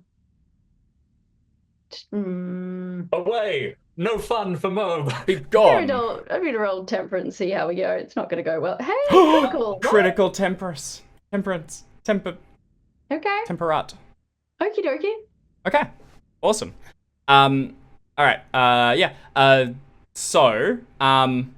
This is immediately relevant to the other thing which I was going to say, which is Arcusaphin's brought something up. These plug together. So Arcusaphin has flagged that Play Nice Normal Game checks for statistics when they get like a crit or something is significant. So the default ones that are just happening, you don't get them. Which is me just shaking the Call of Cthulhu out of my brain a bit. And actually I did realize that because some of these, this one is saying on a temperate success, you check temperate. So the one that we did just a moment ago for Mob, I think it was yours, you actually don't check that one. It was it was just like you get the geniality bonus, not the check. But I do for this one. You do. And actually, and like during the combat we did earlier as well, actually, that's worth flagging, like just the riding, that's kind of within your scope. You would only have been checking those if you critted or did something greatly significant. Gotcha. Gotcha. All right. Yeah. Okay, so everyone that succeeded, which is everyone, checks temperate. What was this event again? And you succeed. Oh no, this is a separate one. Yeah, you all check temperate. I don't have anything by base for a critical. That's okay. I'm just happy not to have failed You go on, magic. Jim. I want to give you a little Wear off something, whatever the though. nice food is forever. I tell you what. We'll give you a geniality bonus. I think similar to Sir Mobes. It's a compliment. This is a fine thing, a delicious feast. And you can take another. You can take a +1 as well. So Sir Mobe and Dame Tirama are both rolling with +5, or have +5 bonus to the next So one. that just cancels out my sad for one roll. Well, yeah, it's You're trying. so sad, right? and then you pick up.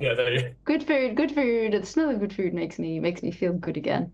And yeah, as Mr. Live Producer commented, so cards do have a geniality bonus at the bottom of them, which you then apply. So if you choose this one, you get like a bonus going forward. I'm pretty sure I was checking them as we did it. None of those ones, they all had 0, so there are no modifiers being played just yet, but those can kind of stack in. All right, this is a fine old feast. There is a second round being held, so we will do them again. But just before we do, 2 very important things. First of all, second course, 19 lampreys in hot sauce. Oh my god. That actually more sounds meat. pretty foul. I don't know about that one. And I'm into it. secondly, there is a guest who is going to join this little event. So, Lady Jenna, Eels. in hot sauce. Lampreys are eels, aren't they? Yes. I think so. Delicious. The lampreys are the Oh, ones that like no. cookie cutter onto sharks and things, right? I think Yeah, they're pretty Yeah. nasty. technically they are a kind of eel, but they're not a good one. Yeah, they're bad fish. They're all good. no. Jim's pro eel. They're eerily good. Sorry. As the sort of course is going, there is a late but illustrious arrival, and already the mutterings have been heard of this because there was a place left above the salt for this person. Lady Jenna returns home, and this is Lord Robert's older sister. And you would have like seen her in passing. You'd be aware of her. She was married off to an officer in King Nanteliod's court, and as the rumors, that you'd either heard or that now fly around the feast that she is coming, the officer she was married to died in that most recent battle. And when she arrives, she is dressed in a black veil that drifts across her face and very dressed in mournful garb, but you can still kind of get the vibe that she's here to party. Like, she's still cool about it. She's not super gutted. She has in her attendance a whole entourage. She basically travels with a retinue. There is an esquire who is the member of a fallen noble family. That's cool. Squires that were never knighted, so he's a very capable fighter, but never quite hit the criteria. You also know him, or the rumors at least, that he is a famous gambler, and he's amassed quite the little fortune for himself. So, knight or no, he's done pretty well. There is also Lady Gale, the chief handmaiden, and the daughter of a wealthy vassal knight with a significant dowry, with noted grace and beauty. She has a very high appeal score. There's Lady Estranor, who is... we're going to come back to Lady Estranor. There's Lady Merrin, who is a maiden in waiting. She is the younger sister not Sir Pierce, he didn't get knighted in this one, of Pierce. And although she is poor, she's very, very, very polite and quite well known, and kind of has that like Pierce energy, like just friendly and kind of happy to get around with it. She is actually even more appealing than the other. She has 18, and if it were not for the poor sort of like family's place, just not able to get the dowry, she surely would have been married. There is also Lady Claudia, a damsel in waiting. I think that just means like she helps out. Yeah, cool. And she is traveling along. Her embroidery is celebrated throughout the country. So back to Lady Estranor. She's the younger sister of Kenrick. Oh god. So, oh my god, and it clarifies it here with their father dead at Netley Marsh. Oh, No. Oh my god, Wait. we killed a line. Netley Marsh. That was the battle where the king died. That was the Yeah, sister, yeah, sister's yeah, one? yeah, yeah, yeah, yeah, yeah. His dad just. His dad dad died, just and died. Yeah, his Kenrick dad just died died. like same day in a Oh. training incident. I think she is also in Doing black. good, doing fine, fam. Wait, Doing good, doing yeah, fine. no. If I wasn't Hold sad on. already. Hung on for a few weeks afterwards, the but day died. that- The day that Kenrick was injured Was was the day the we got day the that they got back from that battle where we got the news. Yeah. So There was he was injured and he fell unconscious just before he found out his dad had just His died. dad had died, yeah. And Oh, man. Lady Estranor would have heard both these. So, genuinely, that's a would have line. heard That's a line done. same time. There is Yeah. there is Sure is. wow, goodness gracious.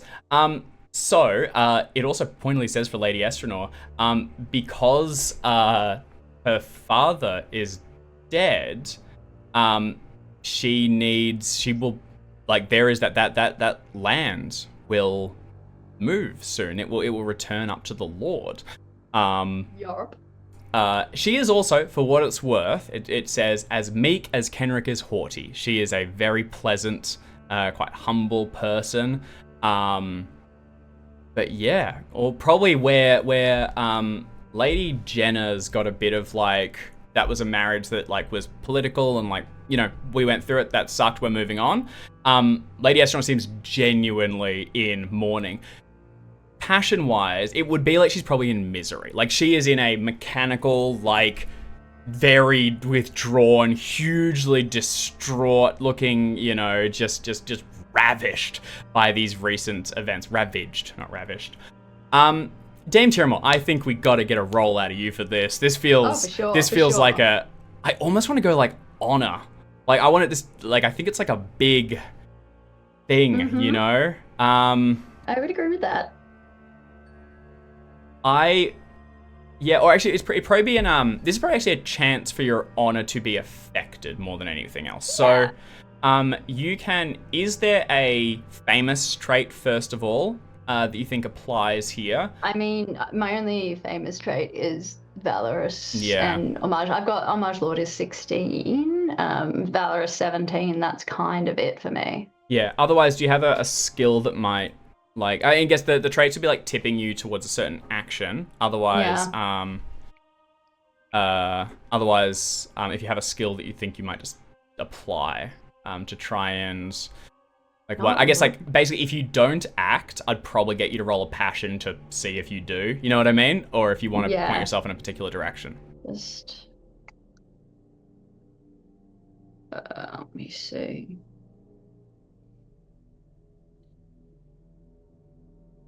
I kind of almost want to go onto like generous or something and be just like making sure that she gets all of the good stuff at the feast. And I think generous absolutely plays, but We're doing a skill. my, so my like hospitality is not bad, but hospitality. that's a passion.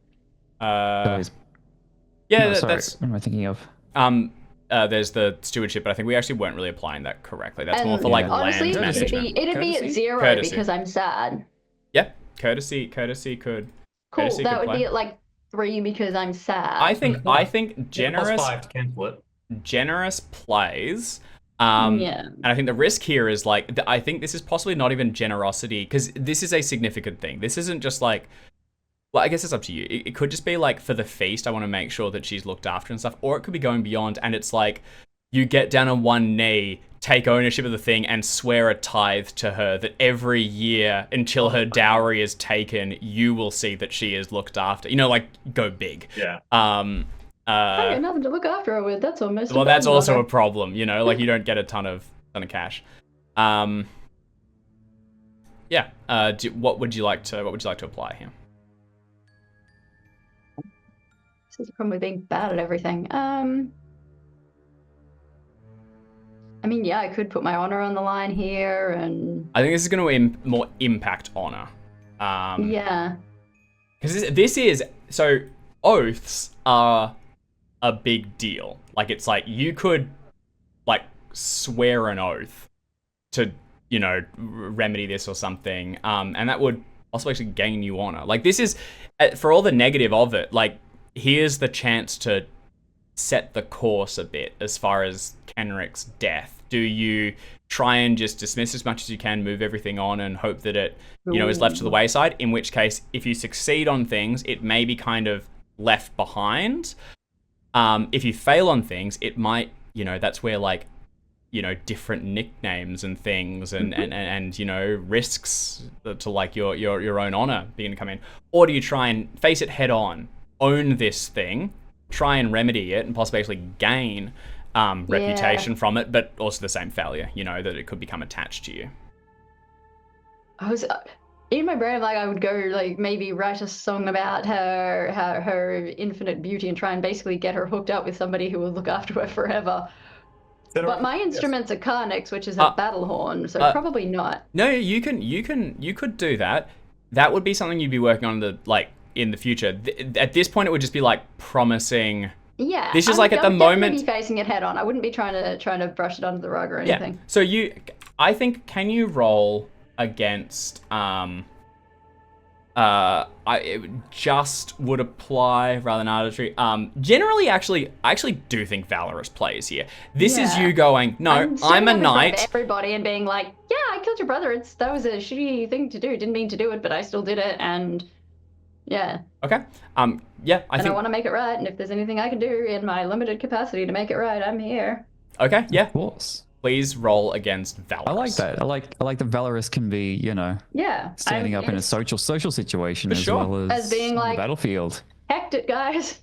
Yeah, absolutely. With my -5 modifier. As somebody who is sad, still succeeded. That still succeeds. Okay.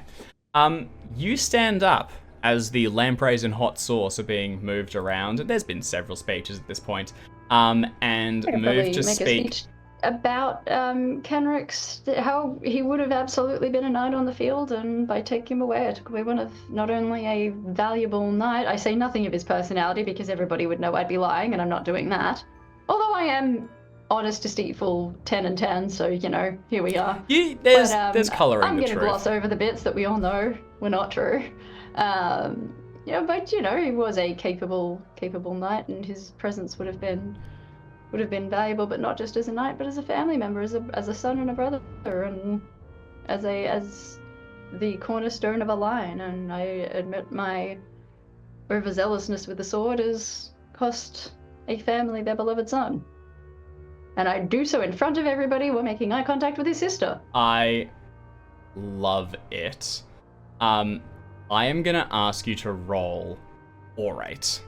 And I'm looking at your character sheet and doing the math. Do you really want to ask me to do that? I do. You can. I do. Okay, let's watch me mumble. Oh, no, so before we go. I'm gonna roll it for the audience. Don't roll just it. Don't roll just it. Don't. Because we can. Yeah. On the day, I spent some time spreading some rumors and some mutterings with an intrigue roll. I can't remember if I succeeded. I probably did. I think you did. I think there's Is that been efforts. Play into a bonus here for Very good terrible? point. Can I remember if that intrigue success was I believe it did. It was. I think it was too. I think we generally Control had some. F. Yeah, intrigue. Oh, there we go. Intrigue, 7/12. You have Last succeeded. intrigue was a success. We're assuming yeah. that was the one. All right. That is going to add. I think the default is just like add 5 to most things when something plays in. So. Great. And there's been efforts made, and you've held yourself well previously. So I think that basically all previous events now add up to a +5 for that. So that's gotten us back to neutral. Now, you cannot invoke a passion. You can only invoke one passion a day. It is a separate day. Would you like to invoke a passion to get yourself another bonus? Sure, let's fuck with my honor. Oh, yes, Alex. That's so good. I need to see if melancholy affects that one, but that's fantastic. Perfect choice. Okay. Passion. Melancholy. Here we go. No. Here we go. See page 80. Yeah. It affects every single roll, I think. I think it's a lot of them, certainly. It is a -5 to skill and passion rolls. This is a passion. So you do have a -5 to this, but so can you roll a 14 -5?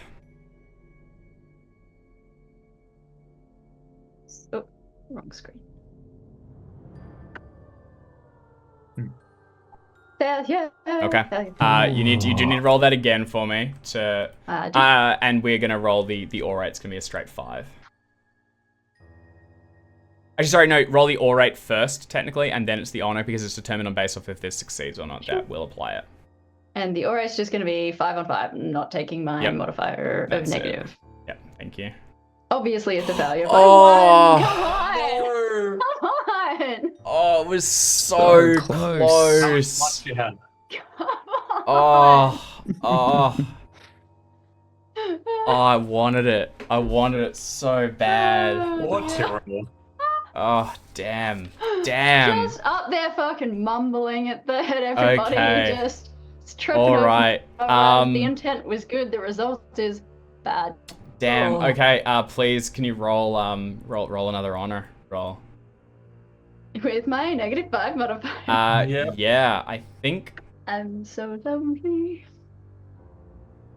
I'm so lonely. I can imagine you being sad about Kendrick too, man. You like break out in tears during the speech. Yeah. Okay. At least I am sad about everything. that one is a failure you genuinely kind of want as a failure. That one means there's no effect.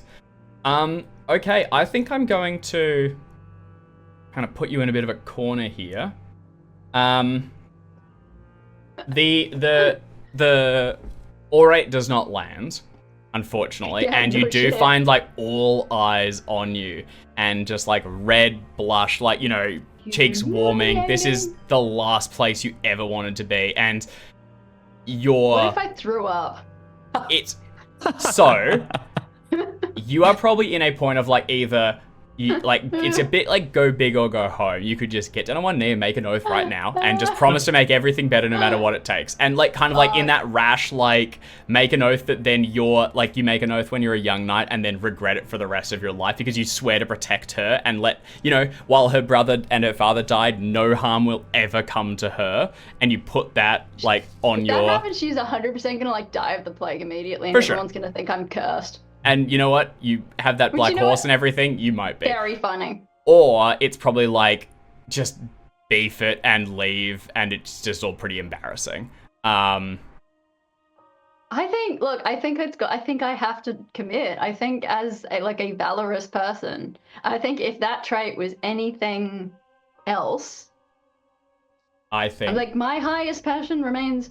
Well, no, my highest passion is Homage Lord. But yeah, like my valorous is so high, and I'm so mid at anything else. Okay. I think I have to commit. I think I just have to yeah. I completely agree. I think this is awesome. So, you are going to. I can play a battle horn, and I can be valorous, and that's about it. You're going. So we're going to do. We're going to open a passion for you. So Yeah, cool. you're going to make this oath, and you're going to open a passion related to her. So it's going to be kind of like homage, Lady Jenna. You know, like you and, or it could be love, if you want it to be. It could also be. Did you I say? don't think it's love. I don't think it's love. Yeah, I think this is an obligation. It's on. All right. So if you create homage, so it's going to be a D6 plus 6. That is the Minus default. 5? I'm almost tempted to. No, that's gonna be a straight one. Almost tempted to have it open higher because like you are. I think it's gonna be the same. I think I roll the same. We'll see how it comes out. So we're D6 plus 6, and then you're gonna roll against that. 8. 8. About as much as you hate Saxons. About as much as I If hate you had to Saxons. put a name to it. Can you then roll against that? You do have -5 to it, so it's gonna be rolling against the 3. Damn, this Yeah. melancholy really hit, didn't it? Yep. Homage lady. Let's just do that. Hey, is this gonna have my negative modifier, isn't it? Yep. Yeah, cool. Yep. Yeah, cool. Cool. We love that. We love it. I'm so lonely. Okay, that's okay. That means that you have staked 1 honor on this oath. So Okay. I don't know, basically write somewhere in your character sheet or in your own notes that you have an oath, a 1 honor oath made, and if you fail it, you will lose that honor. So and unfortunately, because of how this is all pinned together, it's not really one you can succeed because you've just sworn to protect, like that no harm will Yeah. come to her.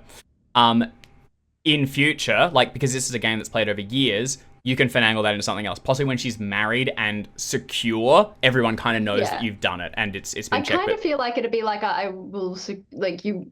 I don't know if no harm will come or something like I will make it right, but you can't really do that. It's more like I will secure the future of your line, which is like, Yeah, no, I 100%.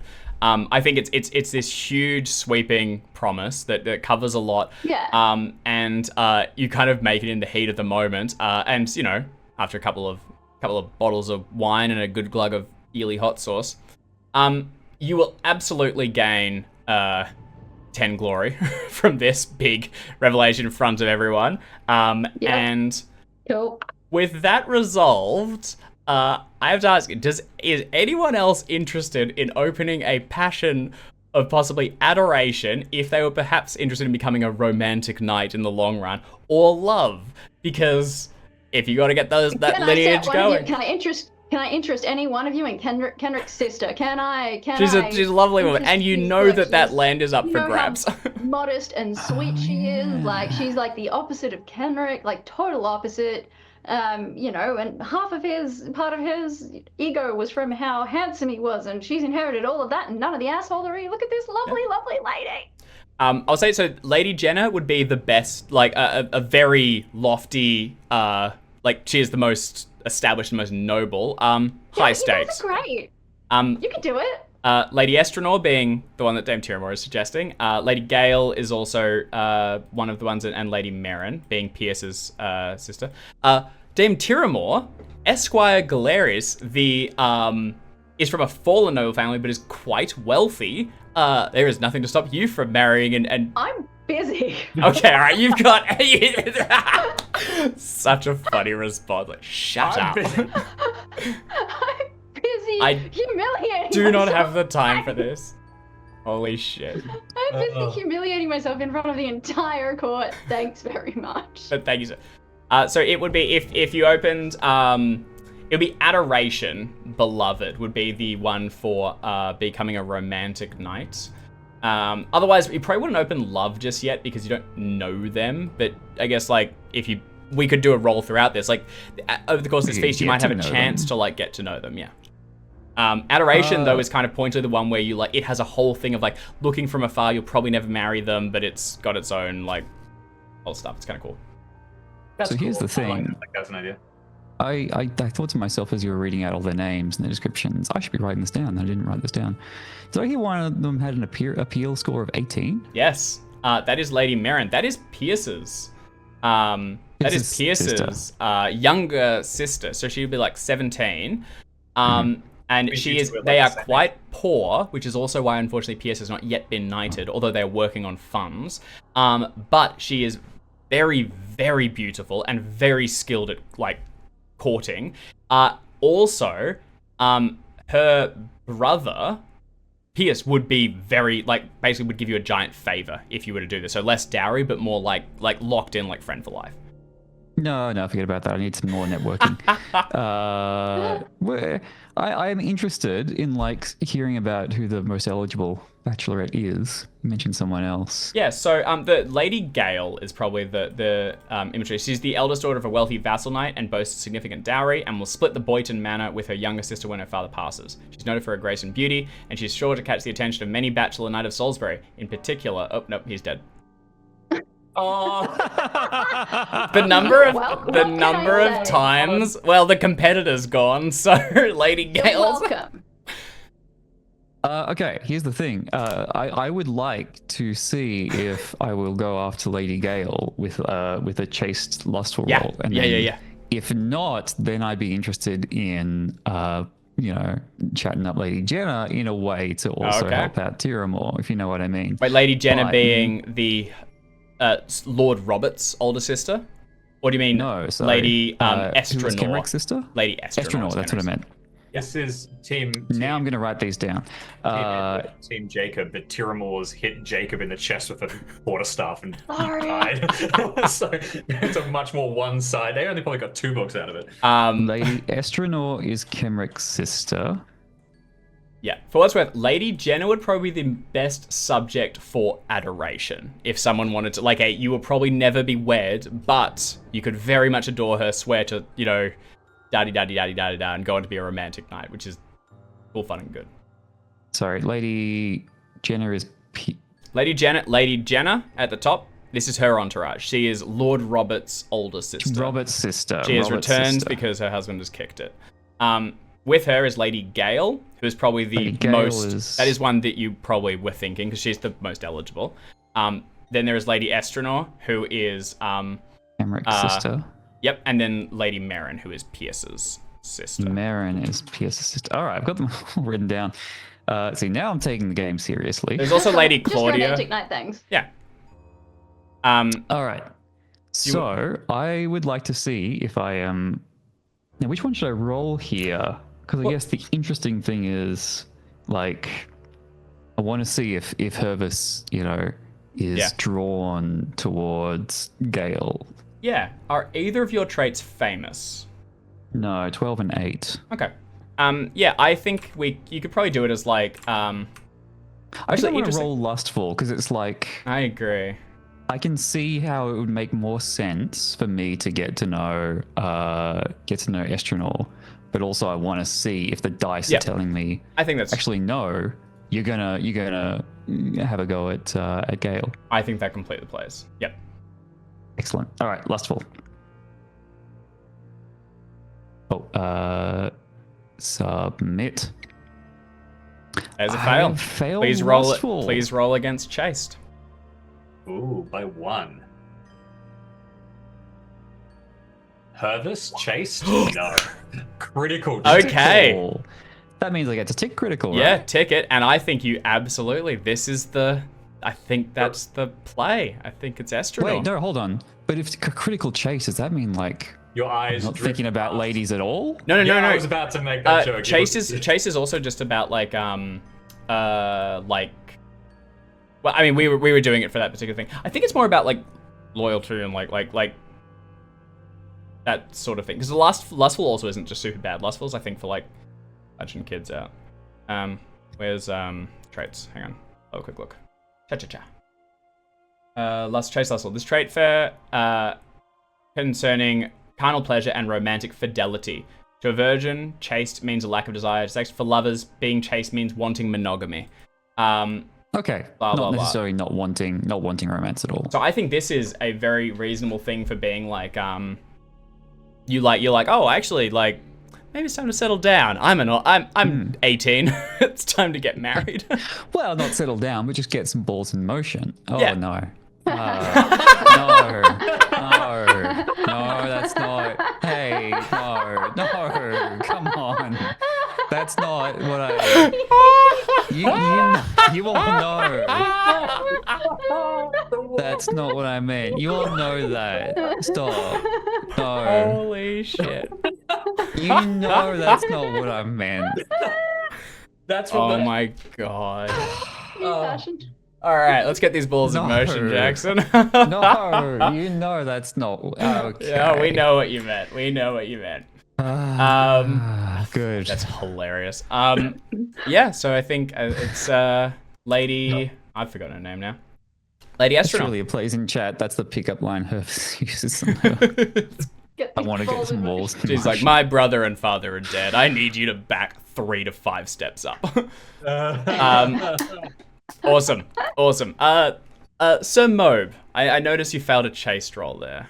That was more of a. I was trying to send my chase to the You're not chat. you're not getting in the mix. Yes. I don't think this is probably not at the forefront. I'm 14 chase by default. Just probably not at the forefront of Mobe's mind, pursuing people more generally at this point. But yeah, no Perfect.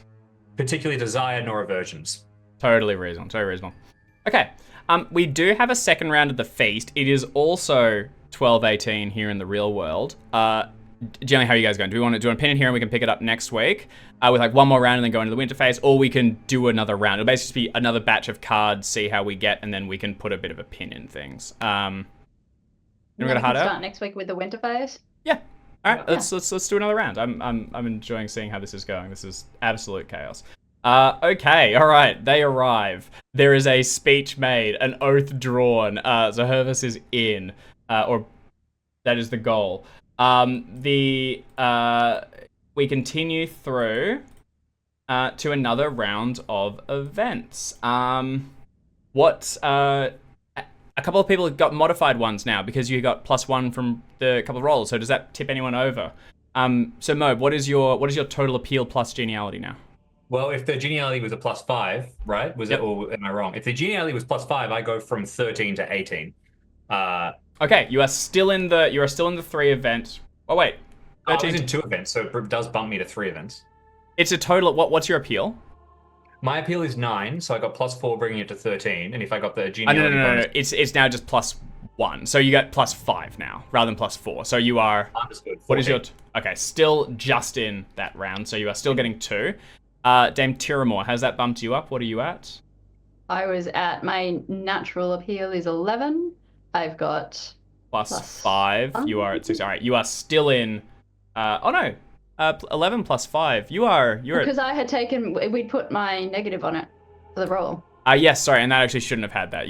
This is not a roll. This is just a flat thing, so it shouldn't apply. So you are also getting 3 events. Yep. Well, that's what I got last time. So yep. And so Hervis, what is your appeal? Yeah, 16 + 5, 21. Well, that's fine. Still Plus, 4 you're events? actually +4. They got theirs from events. That's but right. Still, all right. So you are 4 events actually. Okay. Let's do it again. So Hervis, why don't we kick off with you? If you want to go ahead and give us the first roll a D81. Oh, okay. I forgot Yeah. I was Hervist. Actually, can you roll 2 D9s for my own sanity? Sorry, that would overcomplicate. Is that I will find it without needing to do division. Just roll 2 D9. Division is I for the trust you. devil. Thank you. 17. All right, that's perfect. That is on the 8th page and the last one. This is so much easier. I'm a genius. I've done it. The Merchant of Venom. The court jester has singled you out for lampooning. It's going to be a modest Honestly test. fair. Do you want to? It's a lampoon. Do you want to take this one, or is do you want to hilarious. pass it? No, yeah, this is great. Take it? Okay. This is exactly what Hervis needs. All right, go ahead and test your modest skill. Let's have a look. Here we go. No. Aelia, if you so your embarrassment is clear for all to see. -1 geniality. Roll proud. Well, this is completely consistent. I succeed. Okay, you didn't roll a crit, in which case you would have knocked him to the floor. Oh my god. But so you just lose 1 geniality. So you don't take it well. You're kind of poked fun at a bit, and it's just a bit embarrassing. That is not a check though. That is just the outcome for that one. Okay, we'll go across to let's do Sir Mobe. If you want to, you have 2, I believe, right? If you want to do that, roll 2d9, please. 2d9s. The second one, I've done the first one. That's a 6 and a 2. Perfect. All right. Oh, that's so much. Second one, manners. You unexpectedly pass wind while the host or an important guest is speaking. This is going to be a courtesy roll. Would you like to keep this one or go to the next? I'll go to the next. Yeah, that's reasonable. All right, go ahead and roll another one. Roll 2d9 coming up. 2d9. 6 and 4. All right. I unexpectedly burp during the... Oh, this one, you must take it. This is a host one, so they have little indicators on them, so you have to take it. Meet the host. You are asked to entertain the high table with a story. So sort of after the jester incident, everyone's sort of trying it down. They go, we haven't heard much from Sir Mobe. Why don't you tell us the story? This is an orate check. Oh my god, this is going to be fantastic. You can invoke a passion. If you wanted to. Like, you could try and bump this if you don't have it. Yeah, is there a church in Wilton? Yeah, Wilton there would be. Abbey or Yeah, I think something? so. There'd be a small abbey or something. Yeah. Yeah, I think I've sort of been. Moeb's awkward at parties. It just tracks. He hasn't got the highest appeal. He's a big old nerd. He wants to tell the story of Wilton Church that stood because he doesn't really have heroic deeds that he It's too modest for himself. All he can think about is telling a story of a place. Wilton Church withstood the sacking of the city, and it was being attacked and everything, and the fire spread and it burnt all the nearby buildings, but it didn't burn the church. Whether or not that is entirely true, maybe there was some singed eaves. He's gonna make out like it was. So is this like a loyalty church? I was thinking, tell the story of that. And I it totally... also is a great way to distract stuff off myself, because I'm not very good at talking about myself, I think. I think that applies. I think particularly also, because you don't need to tell a tale about the recent battle. This has been told to death by now. This would also be like, tell us of your time in the, like it's you tell a church story about that one or another. Yeah. But it's also like, it's the church that you saved today. Yeah. I also think that it was probably like, I just default I like it, they're trying to make conversation with me, and I just default immediately to, I'm meant to talk about the battle. That's what I plan to do. Yep. I'm doing that, even if it wasn't necessarily the most socially graceful. Go for it. So I'll make a church roll. Yep. Ooh, fail. Fail. We have failed to invoke a passion. Go ahead and roll your orate with no modifier, and if this fails, or sorry, after that resolves, we'll see if you fall into misery. Did I get was there a something where, no, the congeniality score doesn't give me a bonus? Geniality is just applying to, like, just how you do throughout this whole feast. My orate is 4, and we're going to go with... Yeah, fail. Fails. Okay. Can you roll another loyalty church roll? This is going to be for the melancholy. Sure. Fumble. Oh my. Baby. Yes, it did. It burnt down. We're getting some very dramatic rolls today. Okay. The feast is more dramatic than the battle. You lose 1 point from that passion. Fair enough. Yeah, you because this, remember, on the successes where you get melancholy and madness, because like you care too much, you fail it doesn't draw, and you go like, well, that just wasn't a good story choice. I guess I'll do something else next time. You just kind of don't give a shit so much. Yeah, I think I was expecting that now I'm a knight, people like, we have to care about this, right? This is all of the sort of, all the squires can muck around in mass, but now we're serious, and no, everyone's still mucking about in mass, even though we've got the piece of metal that says that we have to listen. Yeah, exactly. So with a failure, your host seems unimpressed. The story doesn't quite land. That said, this is a card that gives +1, so you do still get the +1 to geniality, I believe. So that brings you up to 6. 3? Sorry? Does that bring me up into 3 events? We're not doing another event, so but I think it might. I don't know. But the geniality does matter, so you're up to 6 for what it's worth. Okay. Lastly, Dame Tiramore, if you'd like to roll 2d9, please. The classic 9-sided dice. 1 and 7. 1, 3, 4, 6. All right. A roaring fire. Hot embers pop from the fire and land on your clothes as you rest near the hearth. Or you can reroll. It'll be a dex roll. Whatever set me on fire at this point, I don't care. Wait, did I recall? This one's kind of just a bad one for what it's worth. You may just want to reroll. Okay. You could die. Yeah, because I don't know what I've been healing from. It's just about like how embarrassing. This one's not going to risk. But I think roll another if you have the pool. So just roll 1d9. Another 2d9. All right, 5 and 1.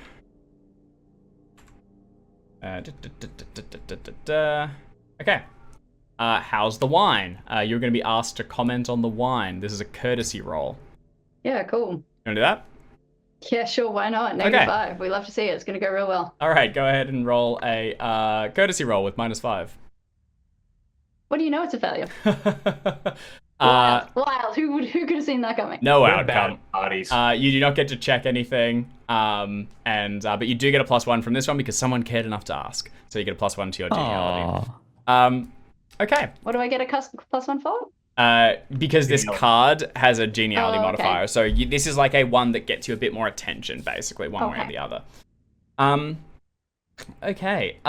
So the feast kind of resolves here. This is only a 2-card event. Worth flagging for future ones. I think you guys get like the whole card, so you can kind of get a sense of like what's happening, and then you can just choose like, I don't want that one. This one's not going to give me anything good. But if you get hosts, you have to take them. So as far as if you didn't take other cards, you can do other events. We didn't really give you that option. So I will say, if you wanted to, for example, Sir Hervis in particular, if Sir Mob and Dame Tiramore have anything else you can flag a bit. So Hervis, if you would like to roll flirting, would be the most appropriate to get a little close to the lady. Did not notice flirting was a skill, but Yeah. yes, I am tempted after, seeing Tiramore having such a bad time. I like to take the pressure off by introducing myself to Lady Estranor. Lady Estranor. Okay. And If I can introduce myself, that might not be the done thing. No, yeah, Not you sure. Absolutely. The circumstances will arrange themselves, or maybe that's what this role will handle. Would you like to invoke a passion? So far, it's gone poorly for everyone who's tried. I don't have a passion for smooching, but that's something like I would like to do. I'd like to get myself a passion at some point. I Yeah. do have like 9 points that I didn't end up spending on a passion, but it seems weird to spend a passion on someone I just met from my that was left over from Yes, character I creation. agree. I don't think you would have had an opportunity to meet Yeah. her so much just yet. But no, I don't. Actually, sorry, think I've been I'm going to thinking walk about- that. If you wanted to, Sir Hervis, you could have known, because Kenrick's been known to you. This woman who's in Lady Jenna's entourage, you would have seen her before. You could have had a crush from when you were younger. If you'd like to open a passion of love or adoration, that would be appropriate. I don't think so. I want to make this a thing of here I am helping out Tiramore. That's what prompted this. Let's stick together as a group. The 3 of us, 3 new knights. Let's lift each other up. Oh, I like that. I'm gonna one more just before then.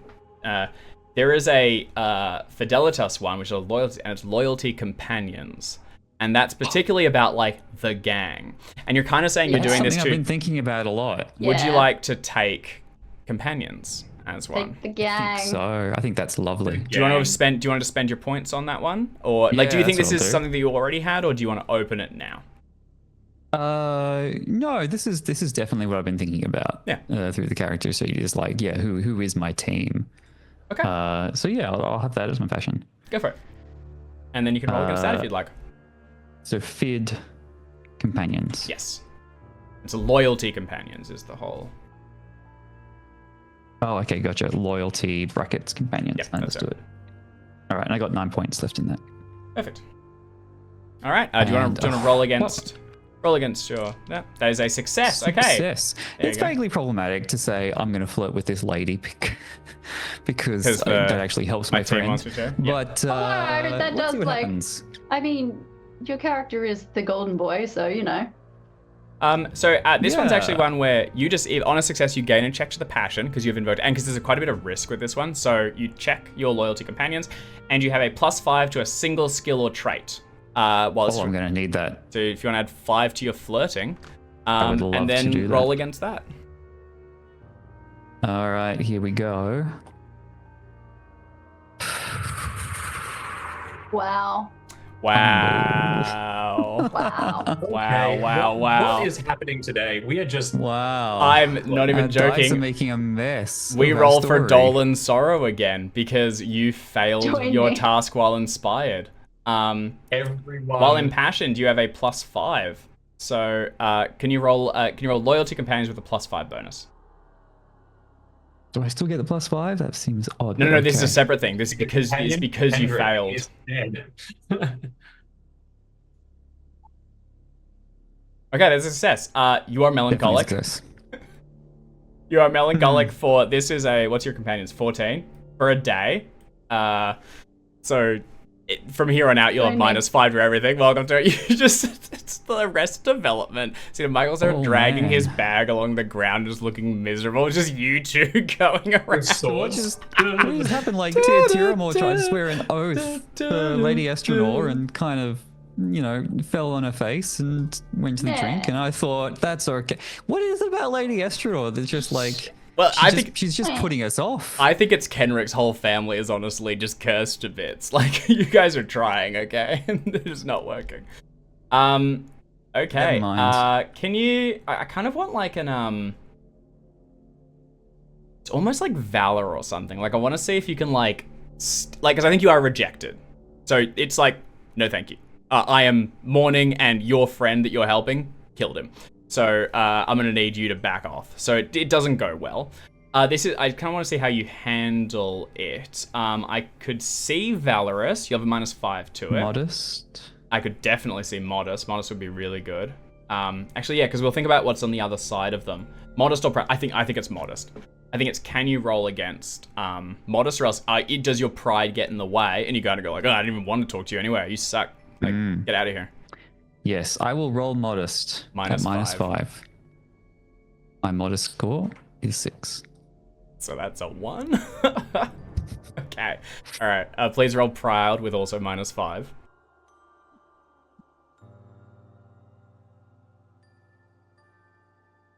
Okay. Also failure. You can go any way you want. You just kind of go like, shit, you know.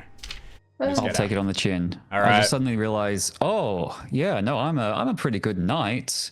It seems I have much to learn in the ways of courting. Romance. That's it. There's always more to learn.